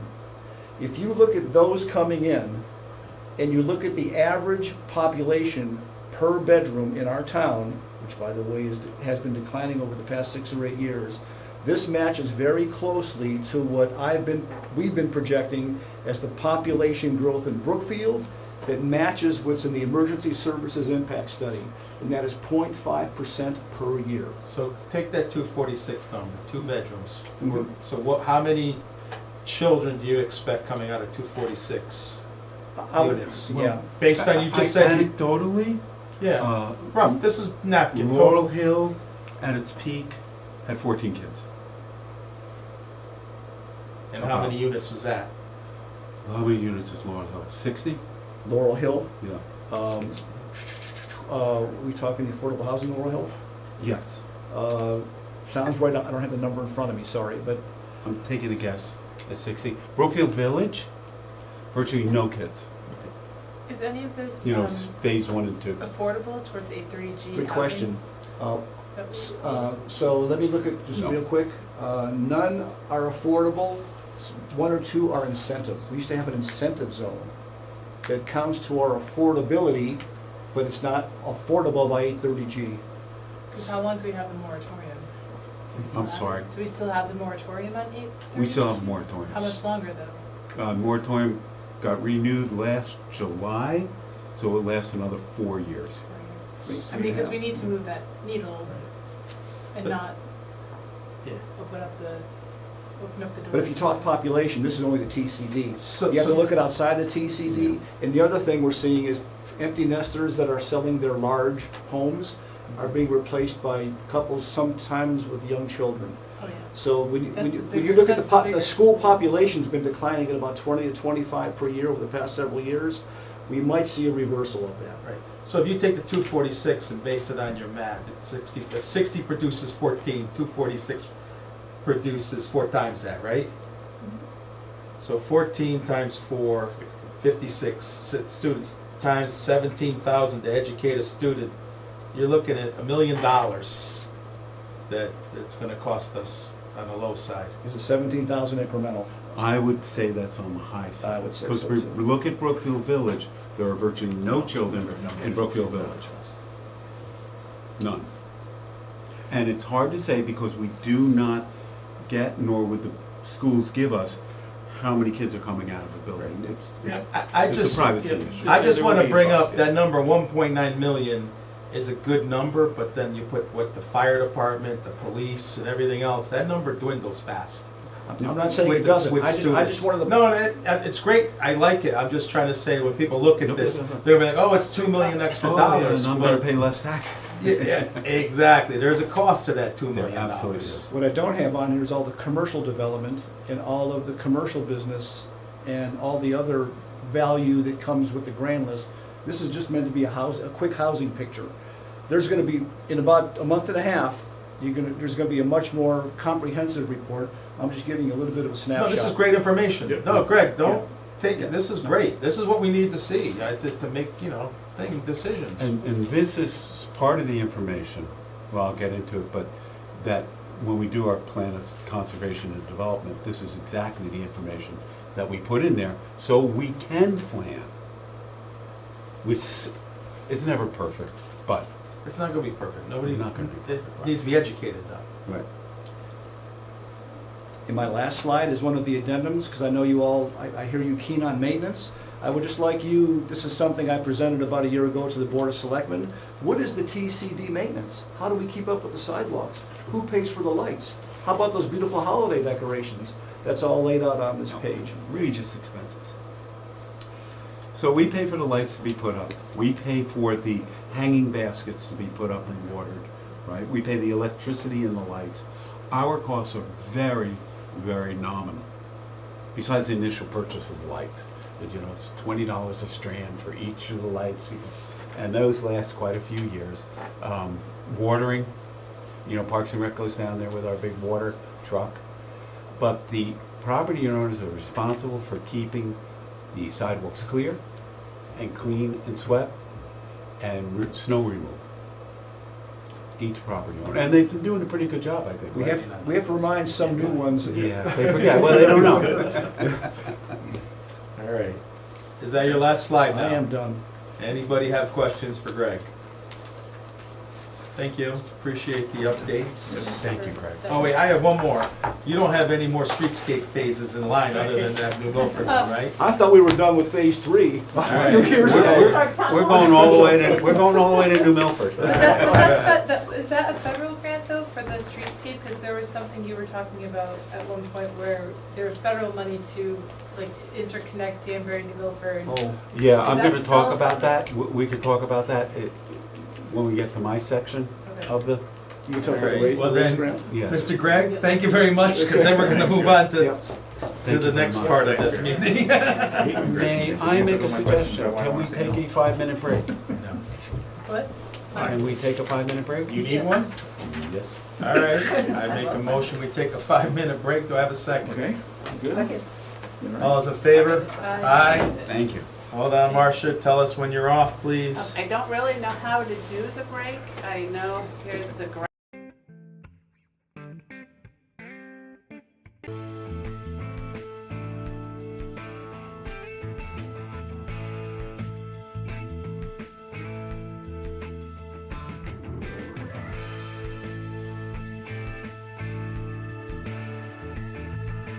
Where we left off, so we left off at communications and correspondence. We had none this month, so we have nothing to review. Perfect. And then we have the meeting minutes from our prior meeting. I'd like to make a motion to approve the November 8th regular meeting minutes as provided in your packet. Do we have a second? Any discussion on them? Brian, if you do miss a meeting and you have read the minutes, you can vote. If you feel that you've read the minutes and they look fine to you, the process is you can vote for it or you can abstain from it. Or vote no, I mean, if you don't agree with it as well. So I'll make, so there's no more discussion, I'll make a motion to approve the minutes. Do I have a second? We'll take a vote, all in favor? Aye. Brian will abstain. All right, we are now on to the report of the first selectman. Steve, welcome. Thank you. Thank you. I look forward to working with you guys. We do as well, thank you. I always find that every time I come to a Board of Finance meeting, no matter how much time I spend prepping, you guys come up with a question that we have to say, I gotta go back on that one, right? Which is good. So, I'm gonna have a number of things I wanted to talk about because there are a number of issues and projects and things that I don't think you have been updated on, or if you haven't, there's new information. First, did you notice our nice gingerbread contest downstairs? Did Yes. everybody look at that? Was that great? Our police department had a toy drive this past weekend. Did anybody get a chance to drive by? Unfortunately, I usually go. They collected, I think, 1,500 toys. When I was there for about 20 minutes. I saw at least 50 people come and give toys. They had a semi-tractor trailer. This is their 9th year, and it's just gone through the roof. And all those toys go down to Yale New Haven Children's Hospital, so they can give those out to the kids throughout the year. It's really a great project. So if you get a chance next year, and everybody out there, go ahead, bring them a toy. So you do drop off an unwrapped toy, and they'll be very appreciative. I thought we would start with a little bit of good news. Could you pass that down? Some of these you've already seen, but we wanted to give you an update on revenues that were not in the budget and we're anticipating. You have seen, so I'll talk about in the general fund, we had a LoCIP grant of $54,000. Education cost sharing went up by $36,000. Municipal revenue sharing, $443,000, which was higher than when we passed our budget because it's one of those ones that's really, really iffy, and we just didn't put it in the budget because for years we got nothing. This year we got $443,000. Well, that's to the good. Next year we anticipate it probably be back down to nothing, right? You just can't count on it. So we haven't budgeted for it before, so that's money that's come in. 2 new ones. We've collected, are you guys aware of the CTR invented? So the town hired a company. Yeah, we are. This is. Oh, you're aware of it, okay. This So is the you license said no. plate, this is the 50% revenue sharing, correct? 60/40. 60/40 They town? take 40, we take 60. Okay. So far, we've collected 43,000, a little over 43.6, and so we would get 60% of that 43,000, so 25,000. We have outstanding bills of the total bills were 97,000. We've estimated we will collect some of those. Some of those people will come back and say, hey, I don't live here. I only was sitting in my neighbor's. I visited so-and-so, right? All of those things. And we go through the process. I think a 50% collection rate is probably a good one to estimate, right? If it gets higher, then that's to the good. So that's a total to the general fund of $776,000. So no, 145 on the Oh. light fines. Oh, yeah, we are getting a check, I'm sorry I missed that, tomorrow. 20 Station Road, we started fining them for blight 4 years ago. Right about 4 years ago. We have been fining them $100 a day. Those fines totaled $145,000. Brookfield Village's owner, yesterday, closed on the purchase of 20 Station Road. So that development is moving forward. And as part of that closing, they had to pay off the blight fines. So this now can offset the blight attorney issues that we were dealing with? Yeah, The yeah, the yeah, fees? it can. It will go into the general fund and then we Right. would decide. And what I'm going to ask you guys to do, it was my last point, is to go into executive session at the end of this meeting to talk about some legal issues, which includes most of those things. We Okay. do have the right to have a conversation about any pending legal actions against the town in executive session. So I'm asking you to do that at the end of the meeting, and we will give you an update on where we are with all of them, Okay. right? So we'll move that. Other grants, a new one. In October, we were notified by Johanna Hayes' office that she had submitted and gotten approved a $963,000 grant to help offset the radio, the police radio. I talked to Johanna last week. The issue here is it's held up in Congress. Is anybody surprised? She said there is a January 17th deadline for them to move this forward. If it gets tabled, I don't know if they table them down there or what they held, whatever they do. There is another opportunity on February 17th, she said, to get these approved. Now, this is one grant amongst hundreds in a package that was going through the approval process. She said if it does not get approved by the February 7th, all bets are off, they have to start all over. I asked her, I said, what do you think the odds are that we will see this approved? And basically the answer is, I just don't know. You know, with the way Congress is working right now, there's a heck of a lot of dysfunction. And so hopefully this will go through. I'm hoping this will go through because all of these grants in this bill are police radios, fire trucks, police cars, police stations, those sorts of things. These are all really good projects that need to be done across the nation. So I'm hoping that Congress will get it approved. If you have the time and the inclination, if you could call your representatives and urge them, though Johanna's in favor of this already, so that's where we stand. That would be that's about 20% of the cost of the radios. Right? No, about 18%, sorry. We got a Board of Ed grant. I think you're aware of this, of $42,000 for the radio project, and another Board of Ed grant for $89,000 for school security. Those have not been received yet. Do they go to the Board of Ed or they go to the town? They go to the Board of Ed, Town. right? Town? They go to the town, but they have to be spent by the Board of Ed, though, right? They've already been spent with town money in CNR. Oh, and so we would get it back, We would okay. get it So that back. would go to the general fund. Oh, good, Or a good. capital non-recurring one of the I two. like that, yes. Okay. Perfect, okay. There are some new ones. The Health Department is getting a $40,000 grant, which is about, $8,000 in the general fund budget each year. But he promised us that, so he delivered on his promise. Yep, He came to us and said he's gonna get it, yep. so the man went out and did it, And the so man went out and did it. hats off Yep. to him. He came and promised. We're still talking about ARPA. ARPA gave money to the state. The state has determined that they had a grant that will only go to senior centers and can only be spent on senior centers. Ellen Melville has come to us with a proposal. She got a grant for $47,000. She wants to do right now two things. One, bring the kitchen up to full code with a commercial dishwasher, sinks that are better, et cetera, et cetera, et cetera. And also, there are some doors, I believe they are on the bathrooms, that are very heavy and difficult to open.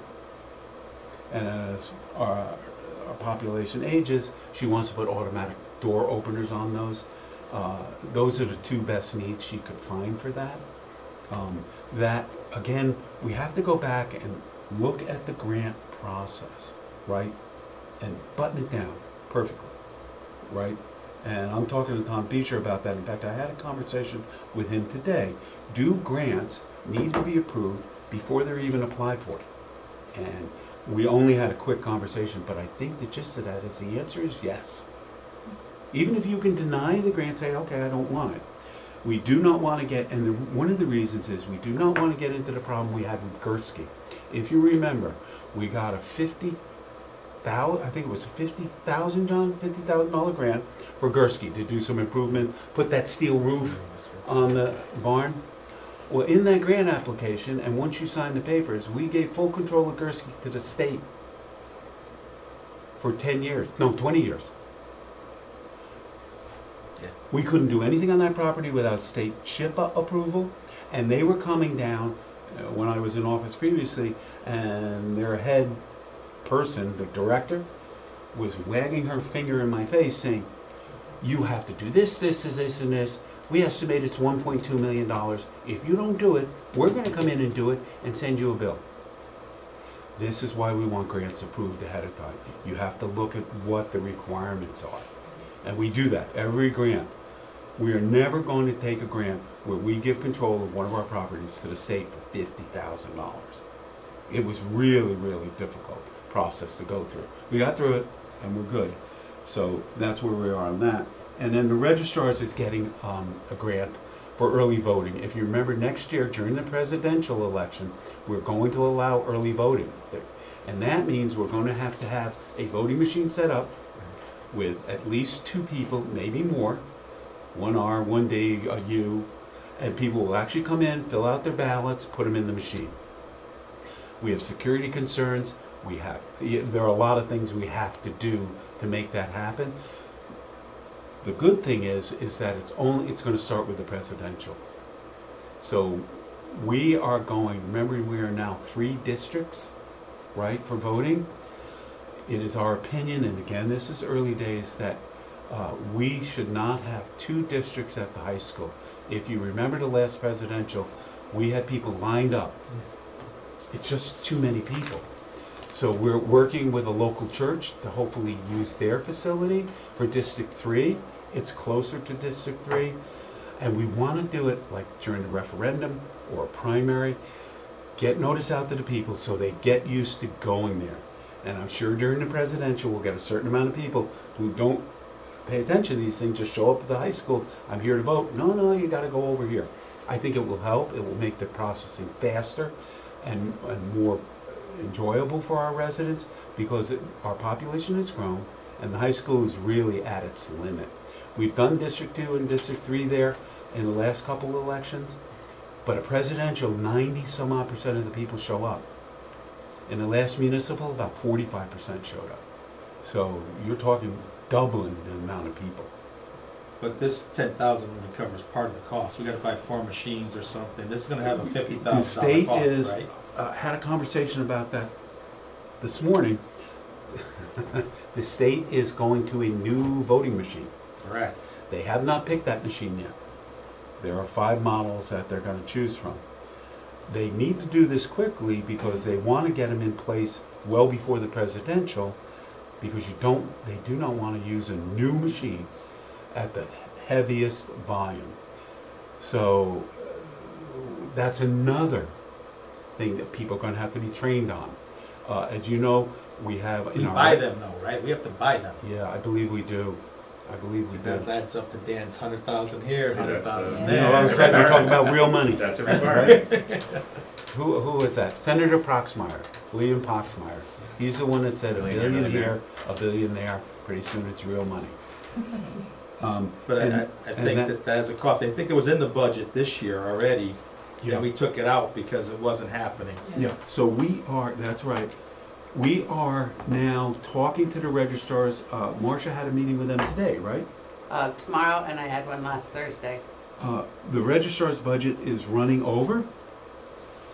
That's a real concern. And so we are going to be addressing that and also diving down deep, what are we gonna need for next year? Because if we've gotta buy those machines, we've gotta go to District 3, and we've gotta do training on those new machines, it's gonna be more money. And we wanna know what that number is for the next year's budget. So that's, if we get all of those, it's $1,192,000 to the good. So we'll see.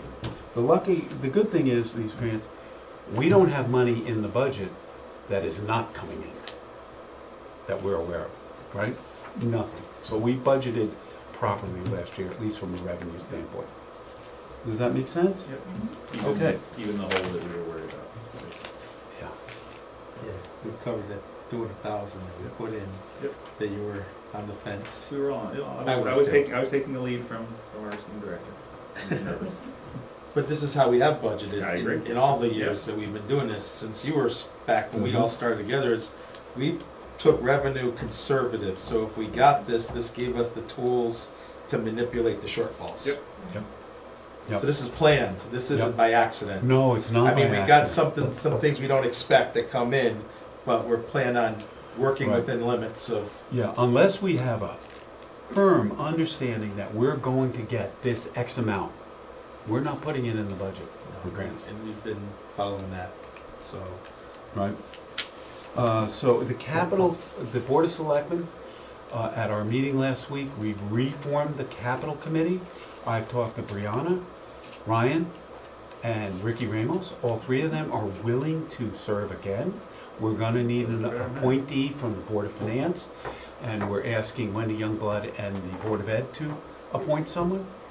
If you can appoint someone tonight, that would be great, if you've thought about that, because we need to ramp that up almost immediately. I've asked Brianna, in the interim, while we're putting this together, to act as a chairman pro tem, and she's agreed. So she'll start calling people, so if you guys can, because we're way behind. We usually, remember we started this in August, September, so the capital planning committee has enough time to talk to everybody, to look at everything, prioritize it, and really do a deep dive. That was the point of that, and to do the 10-year capital plan. We're a little behind, right? We can do that now, as far as I'm concerned, we can do that now. Do that tonight? I think we've all had little conversations on this as well, and, Brian, not because you're the new kid on the block. I really wanted to. It's your background, Yeah, it's exactly. right where, Yeah. it's in your skill set, we've been told, Yeah. and this is something that, we would love to put on you. Good. I would love to do it. So I was gonna volunteer if you weren't gonna volunteer me. No, we look forward to you helping us through it, because this is what we told is your background, and this is you have many backgrounds, but this is one right in the Yeah. ballpark. Yep, And good. so, You're all Thank you. happy with it. Please. and I think the team you're gonna be on is amazing. Yeah. Yeah. They're all really good Good. people, Smart center of the people. table people. Been around. Yeah, they They know understand the the history of histories, it. right, I'm sorry, but that's, go ahead. So bringing a new face into history and new ideas, and Marcia will be on it. Yeah. I would like to make one statement, and I don't know how it is about it, is I would like to keep chairmans and the Board of Selectmen not in it, the capital committee, from the point of view is I'd like them to report to you possibly. Instead, so it's an independent type of thing. I agree with you. I do not want my office to be overly influence their decisions. That's how I feel. When we first started this, remember Glenn, 4 years ago? Yes, I never sat in on one of those meetings. right. I never went to I them never did either. on purpose to let them have an independent view outside of you and me. And I didn't go to any meetings, I Right. want that to be declared, and I didn't put any input into the decisions No. as well. I thought, we put in input when they came to this board, Right. absolutely, but I would like to make sure we're on that same page of, Yep. let the capital committee do their Do their thing, job. bring it to us in a nice format, Yep. and then let you review it, then the Board of Selectmen can prioritize their, report, and Dan, again, you've been around long, how do you feel No, about this it? is, absolutely, no. Yeah. This is Eileen, this is the you right as well? team. The right team, they got the Mary. experience. The Sorry. only exception to that I would like is that, for example, I noticed in last year's capital planning budget, there was a generator previously for town hall, Mhm. completely out of the budget, the capital planning budget. I think that should be in there for consideration. Well, you I can think- put forth your considerations. That's my point. You can put something forth, I can put something Absolutely, forth. every department can put forth. Right. I think it should be open to department heads. Yes, And the school, that's the way we're doing it. and then it be independent of the chairman or the board of, other than Brian, Right. who's, there for the numbers, but independent of us and the board of selectmen, so this gets presented to us independently, where it's a totally neutral, Yes. unbiased. We And then we agree. can put our bias on it at that point. Yeah. Well, I agree with you 100%. Okay, I think we get better results that way. thank you. I Right. just, thanks. So that's what we will do. So Brian will be our representative. Hot spit. I look forward to it. Thank you. That's good or bad. So, all right. All right, next, budget process. We're doing right now reviews with each of the departments on their current year's budgets. Everything looks good. A couple small questions here and there, nothing major. We're already starting next year's budget, right? We're going through that process. I'm going to each of the department managers, look at the capital budget for the 10 years. Make sure you've got every single thing you need in there and update what you think the costs would be, right? It's gonna be a little rocky now because we usually start earlier, but the department managers know if you don't get it in that capital planning budget, it's not going to be considered, right? And they've done this before, they know what they're doing. I don't anticipate any huge changes, but that's where we are with that. And so Brianna will be contacting you, Brian. I expect they'll start meeting very soon, right? And we'll facilitate that. One thing we have, at Candlewood Lake Elementary School, if you remember in past years, we had to buy equipment and rent equipment to clear the parking lots.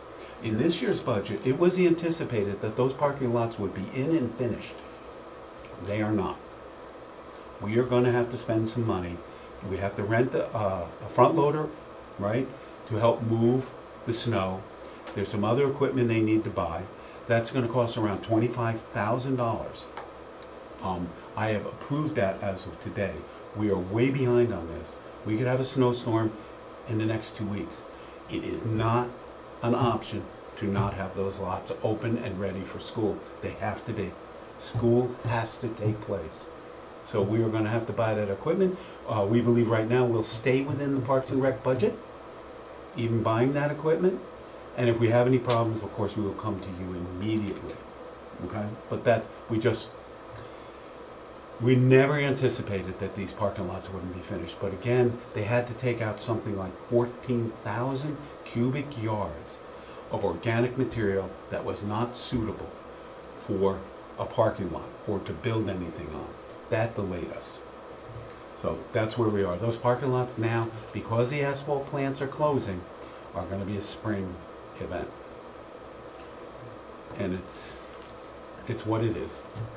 I sort of agree with that. I mean, I know that the parking lot for the employees is a headache anyway now. It already is. We don't need to compound that by not agreeing with this. Not that we have to agree, I mean, it's Yep. within the budget.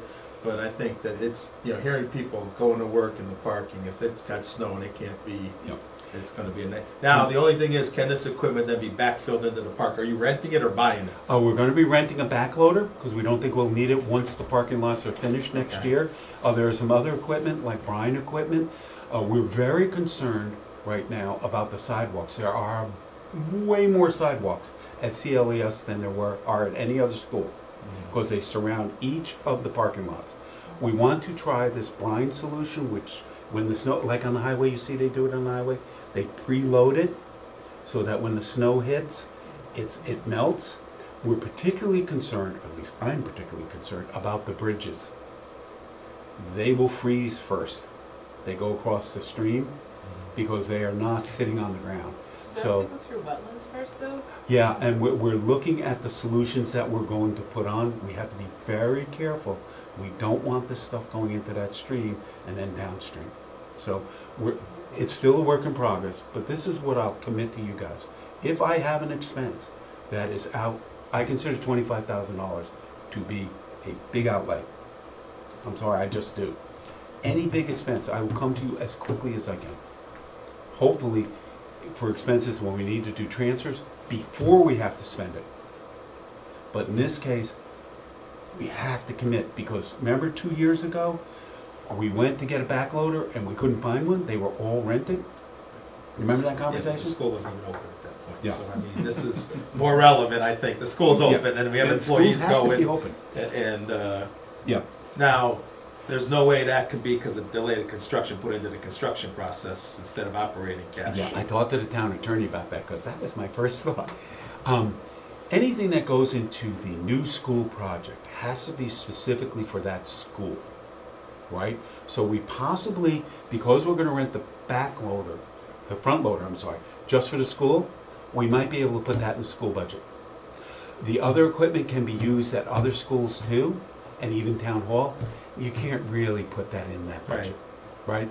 So I'm gonna have that conversation with Paul Checo, and that $12,000 to $14,000 might very well be able to go into the school budget. They are comfortably under budget, Correct. and we're not just trying to throw things, but No. if they weren't building this project, we wouldn't need the backloader. That's what I'm saying. I think that's a project cost. So we're gonna try to put it, 12,000 or 14,000 is a project cost. right, we're gonna try to put that there, but I had to approve it today. They have to get out there and start this. A little bit of good news, the Pocket Park will be getting the artwork. I don't know how much you know about that. It's gonna be herons. I think it's beautiful. It's in the budget. It takes 8 months for the artist to make it. So we're looking at next spring, early summer to install it. There is also an incredibly arduous process to get approval from the state because they actually own that property. We don't anticipate any problems. It's not gonna be sightline problem. It's not gonna block anything. It's not obscene. They have like 40 different criteria you have to look at. We don't anticipate any problems. We gave you the blight update for the 145,000 we're getting tomorrow. We have upcoming projects. Planning and zoning merger was approved at the referendum. We are going to have to start a committee or a task force. This is gonna be a lot of work. My first thought is I'm asking each, and I haven't done it yet, each of the chairs. Now, John Van Heist unfortunately passed away. He was the chair of the Planning Commission for like 30 years. I'm gonna talk to the Planning Commission and ask them, I wanna understand how they see this going. Now, understand this for next year's budget, we may need some help with a consultant. Some of the rules are gonna have to change, perhaps zoning laws are gonna have to change. This is not just a snap your fingers and do it, right? It's gonna require some work. The good thing is we have 2 years to complete that. It needs to be completed by the municipal election in 2 years. That's state law. So I will continue to give you an update on that. Greg touched on it earlier. Our plan of conservation and development has to be redone every 10 years. Guess what time it is? So we're gonna start that next year too. That combined with planning and zoning at the same time is probably the worst possible timing you could get. So we're gonna go to planning, let them start working on this. I don't think we'll have planning and zoning merger finished in months. It's going to take a while. So we'll do those in tandem. That POCD is critically important, and they have to have hearings, they have to invite residents in. It's critically important, as Greg said, for our project. Hey, you want us to give you money for this. Is it in your plan of conservation and development? And I don't know if anybody's looked at that plan. It is big, it is long, it takes a lot of work. Again, we might need a consultant to help us put that together because it has to meet all the new state regulations. And it is a static document. It's created and then rarely changed for 10 years. Everything in it has to be updated. It's gonna be a lot of work. I know some of you are aware that last year we had commissioned an EMS fire study. We got a really, really good consultant. They came back with, I believe it was a 287-page document. I will be sending that document to you. There will be a quiz after. So they came up in that document with 27 recommendations of things we should look at, update, change, refine. There are a lot of things. We are going to have to start looking at that. Again, that's going to be a project that's going to take some time. We're going to have to involve both the fire companies, the EMS people, people from this board, people from the Board of Selectmen, and we're thinking about that right now, and I'm looking for ideas of forming maybe a task force to take that, distill it down, say, okay, of these 22nd recommendations, we think we should do all of them, 20 of them, whatever, and here's how we suggest the town do it. Some of these changes are major. The one that really hits me right off the top is we need to develop a memo of understanding between the town and the fire companies and EMS with how we work together. It has worked together pretty well over the years, but virtually every town has a memo of understanding. This is what we will do, we will give you this money, this is a reporting you will give us back, all of those things. It needs to be done. We fund the fire departments, we spend a lot of money on it, we have really great guys over there. I don't think they waste any of our money at all, right? But we need to have that memo of understanding, right? Probably should have done it years ago. And that's also, part of this is, it's really interesting. So ISO rates towns, I think it's from 1 to 6, from the fire, EMS, police emergency support structure for the town. We are now, I believe, at a 6. The consultant thinks we should be at a 4, given the structures that we have.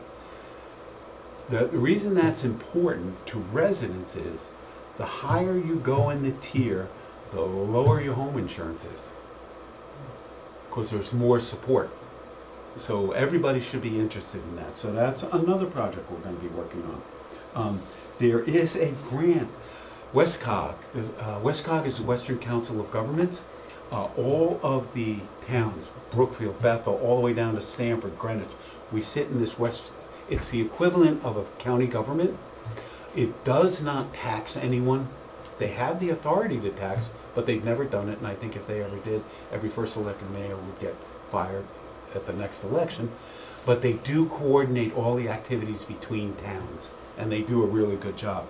They have gotten a grant for $5 million. $381,000 of that is going to be allocated to Brookfield for bikeways in a tie-in with Streetscape.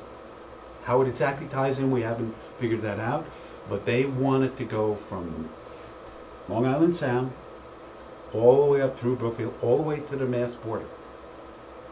That's what the goal of the state is. So we'll have more detail on that as we go along. WestCog has got allocated almost $5 million, and they say our allocation is at $381, I believe. And there's more, that just came out, so that's new. Now we get to the fun project. We are going to need a new police station. We're going to have to do something, either rebuild this police station or build a new police station. The Police Accountability Act, which was passed, I believe, 3 years ago, requires certain things that we cannot meet. I'll give you an example. That now requires that no child under the age of 18 can be put in a cell next to any male or female over the age of 18. You have to have completely separate facilities. We do not have that. So we, in order to meet the requirements, both of state regs and the Police Accountability Act, we are going to have to do something. What that is not known yet. The police department, through the Outside Services Fund, you may not remember this, they use outside services funds to do some preliminary design and work on this. It's early Recently or days. a while ago? That was a while ago, like 6 years ago. Yeah, the latest estimate we got from the consultant they used was 2021, I believe. And they estimated at that time that a new police station would be somewhere around 18 million. Yeah. No, at that time. What they're saying now, if we build in 2028, 32 to 38 million. So while we have this debt bubble, we have a lot of things we're facing, that doesn't mean we shouldn't plan for the future. We have to. The 10-year capital plan's coming into it. And then so that's something we absolutely have to do. We have no choice. We're gonna have to figure out something with that. And now we have a new library, possibly, and Center Elementary School. What are we gonna do with those two buildings? We have to start planning for that too. I have no specific plans right now for either of those. I know things I would like to see, like a community center at Center Elementary School. There are a lot of things, and we have to just start having those conversations, right? The good thing is Greg Dembowski is looking at the possibility of a $5 million grant that could be used for Center Elementary School. It's really early days. He's only looking at this in the last couple weeks. Whether it would come to fruition, whether we would meet the criteria, he's looking at that. Who knows? But these are the things we all are gonna be looking at, and we've gotta start it next year. Some of this has sat, and if we had a perfect world, I think we should have been working on some of this last year. But we'll get there. We'll get there. Did that. And my last item is, if you, any questions, I'll certainly answer On the them. police station, the dates confused me a little bit. I thought you said the law says we gotta do something by 26, but you started talking about capital 28. Yes, the law does require certain things by certain dates, but every single town is being faced with this. The ability to hire architects and those who provide the service for this is being stretched so thin. My feeling is the state is going to be accommodating, because designing police buildings is a very specific architectural skill. Only certain companies have it. The level of detail and the things you have to do, the kind of concrete you need to use, the rebar that has to be in it, you can just imagine what a police station is built much, much differently than any other building. So I think the state is going to be accommodating on that, as long as you're showing progress. Do we know how much the Bethel police station was? They spent $17 million, I believe, if I remember correctly. Or the But Newtown too? they then had to go back and spend, I don't know how many million, because it wasn't enough. And remember, there was a big fight and went back and forth. Got a little ugly there for a while on that. I can go back and look at the Newtown detail, built a new one recently also, right? right? And the last thing I will report to you is that if you will be so kind, we'd like to have you consider going into executive session to discuss the legal fees. And in that executive session, I'd like you to invite Marcia, myself, and John to sit in on that meeting. Perfect, we'll put that at the end. All right, Marcia, it's your show now. The Board of Ed is Right, not here, your my show. hour. So I can go home? No, Yeah. you got executive. Steve sent you the reports that, there's not too much exciting. The revenue report, the supplemental motor vehicles came out today, the amount. We have 751,000 of supplemental motor vehicles. Those are calculated in December and billed in January. And our budget was 700,000. Last year, it was 782. After we had some, adjustments, certificates of correction and things, the bill was 765. And by June 30th, we had collected 705. So we'll probably be right about on budget with that, would be my guess. The blight fees that we talked about. And then there's other variances. This is for Brian's benefit that we've already talked about, and Steve talked about tonight, the LoSiP, the education cost sharing, the one-time municipal revenue sharing, and the interest income working with a consultant on the arbitrage. Those are the excitement and the revenues. Expenditures that we're having the quarterly budget meetings with the departments this week. We're about halfway through. We're working to make plans for transfers in January, and our goal, of course, is to just request transfers and no additions to the budget. That as we go through the year, things start to free up. So some of them we may have to wait and say, we want to cover this, we want to get more money here, but we'll have to see what happens next quarter. And we try to do the budget adjustments every quarter until the last quarter, when we start doing it every month, just so we can comply with our purchasing rules. Audit update, it'll be out by December 31st. That's the due date. It's Friday and Tuesday. They have given me their final edits, and I just have to find time to make those changes, send it back to them. They'll double check it. They'll send us the audit reports, and we'll PDF the thing. Any questions? All right, thank you. Wow. That was fast. I kind of thought that Steve might have a few things on his list. There you go. Dan, anything from your side? She said autopilot. All right. Here is the discussion and appointment to committees.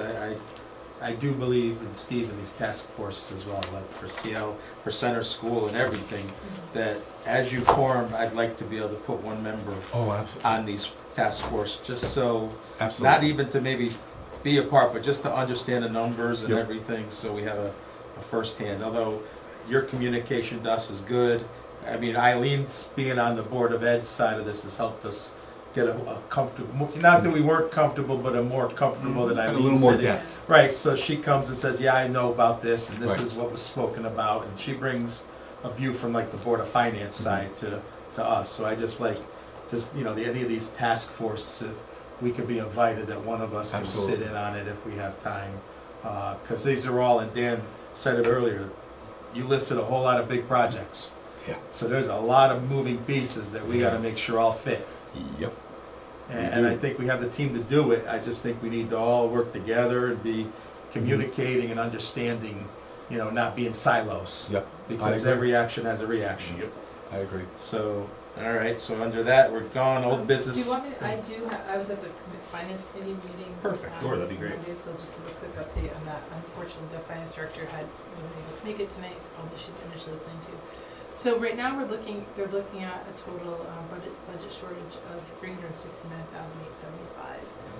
It's the usual drivers: special education tuition, transportation. Teacher turnover savings is not being realized like we had expected.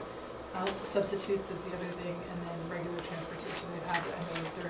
The sporting activities have often had to use charter busing, and that's happening.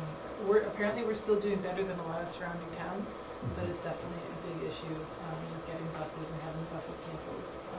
That's because of drivers or because of distance? Drivers. Drivers.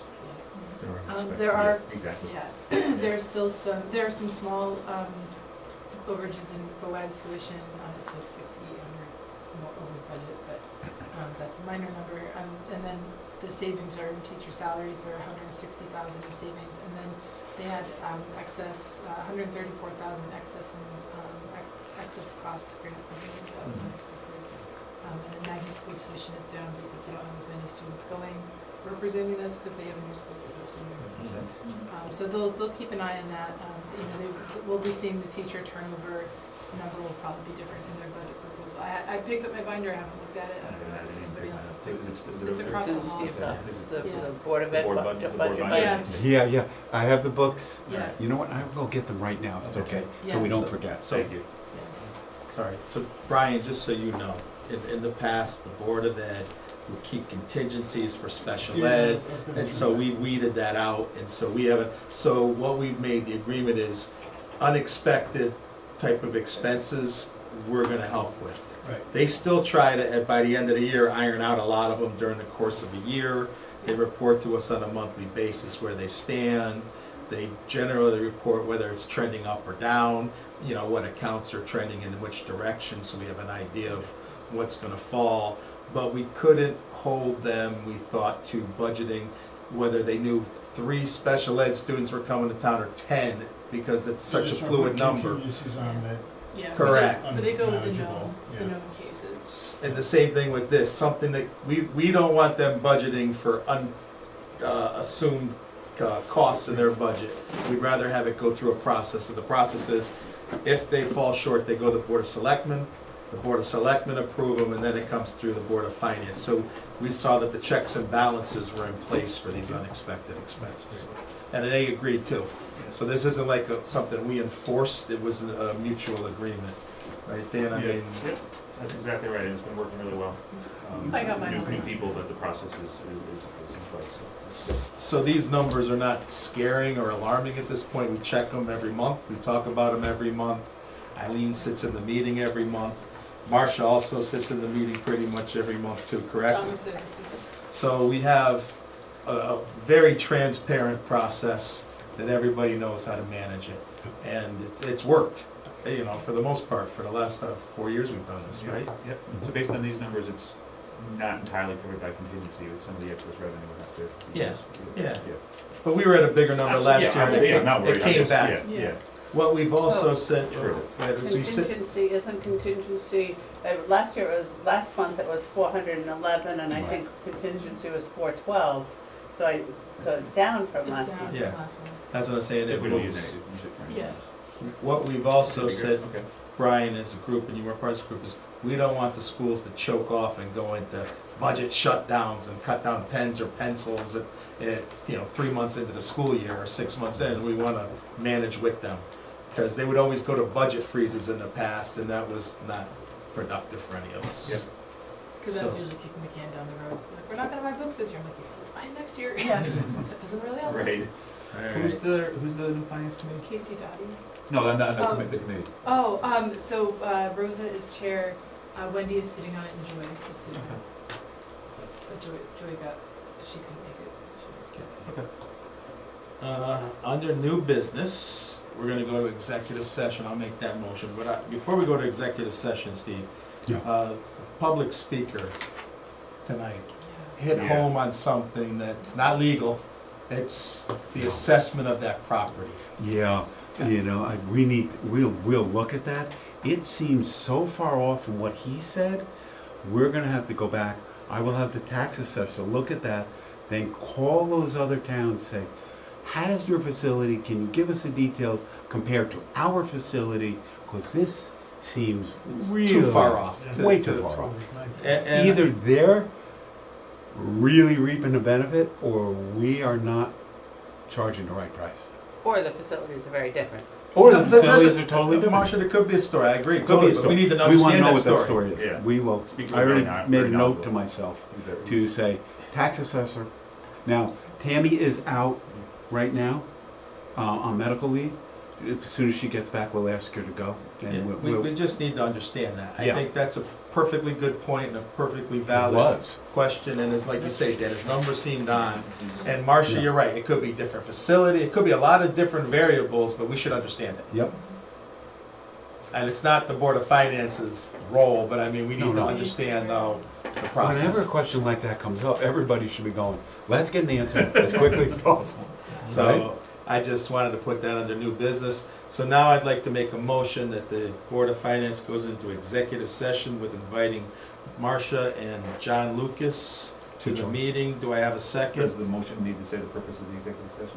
To discuss legal issues. legal issues, which are covered under the executive Yes, session absolutely. guidelines. Do I have a second? Second. All those in favor? Aye.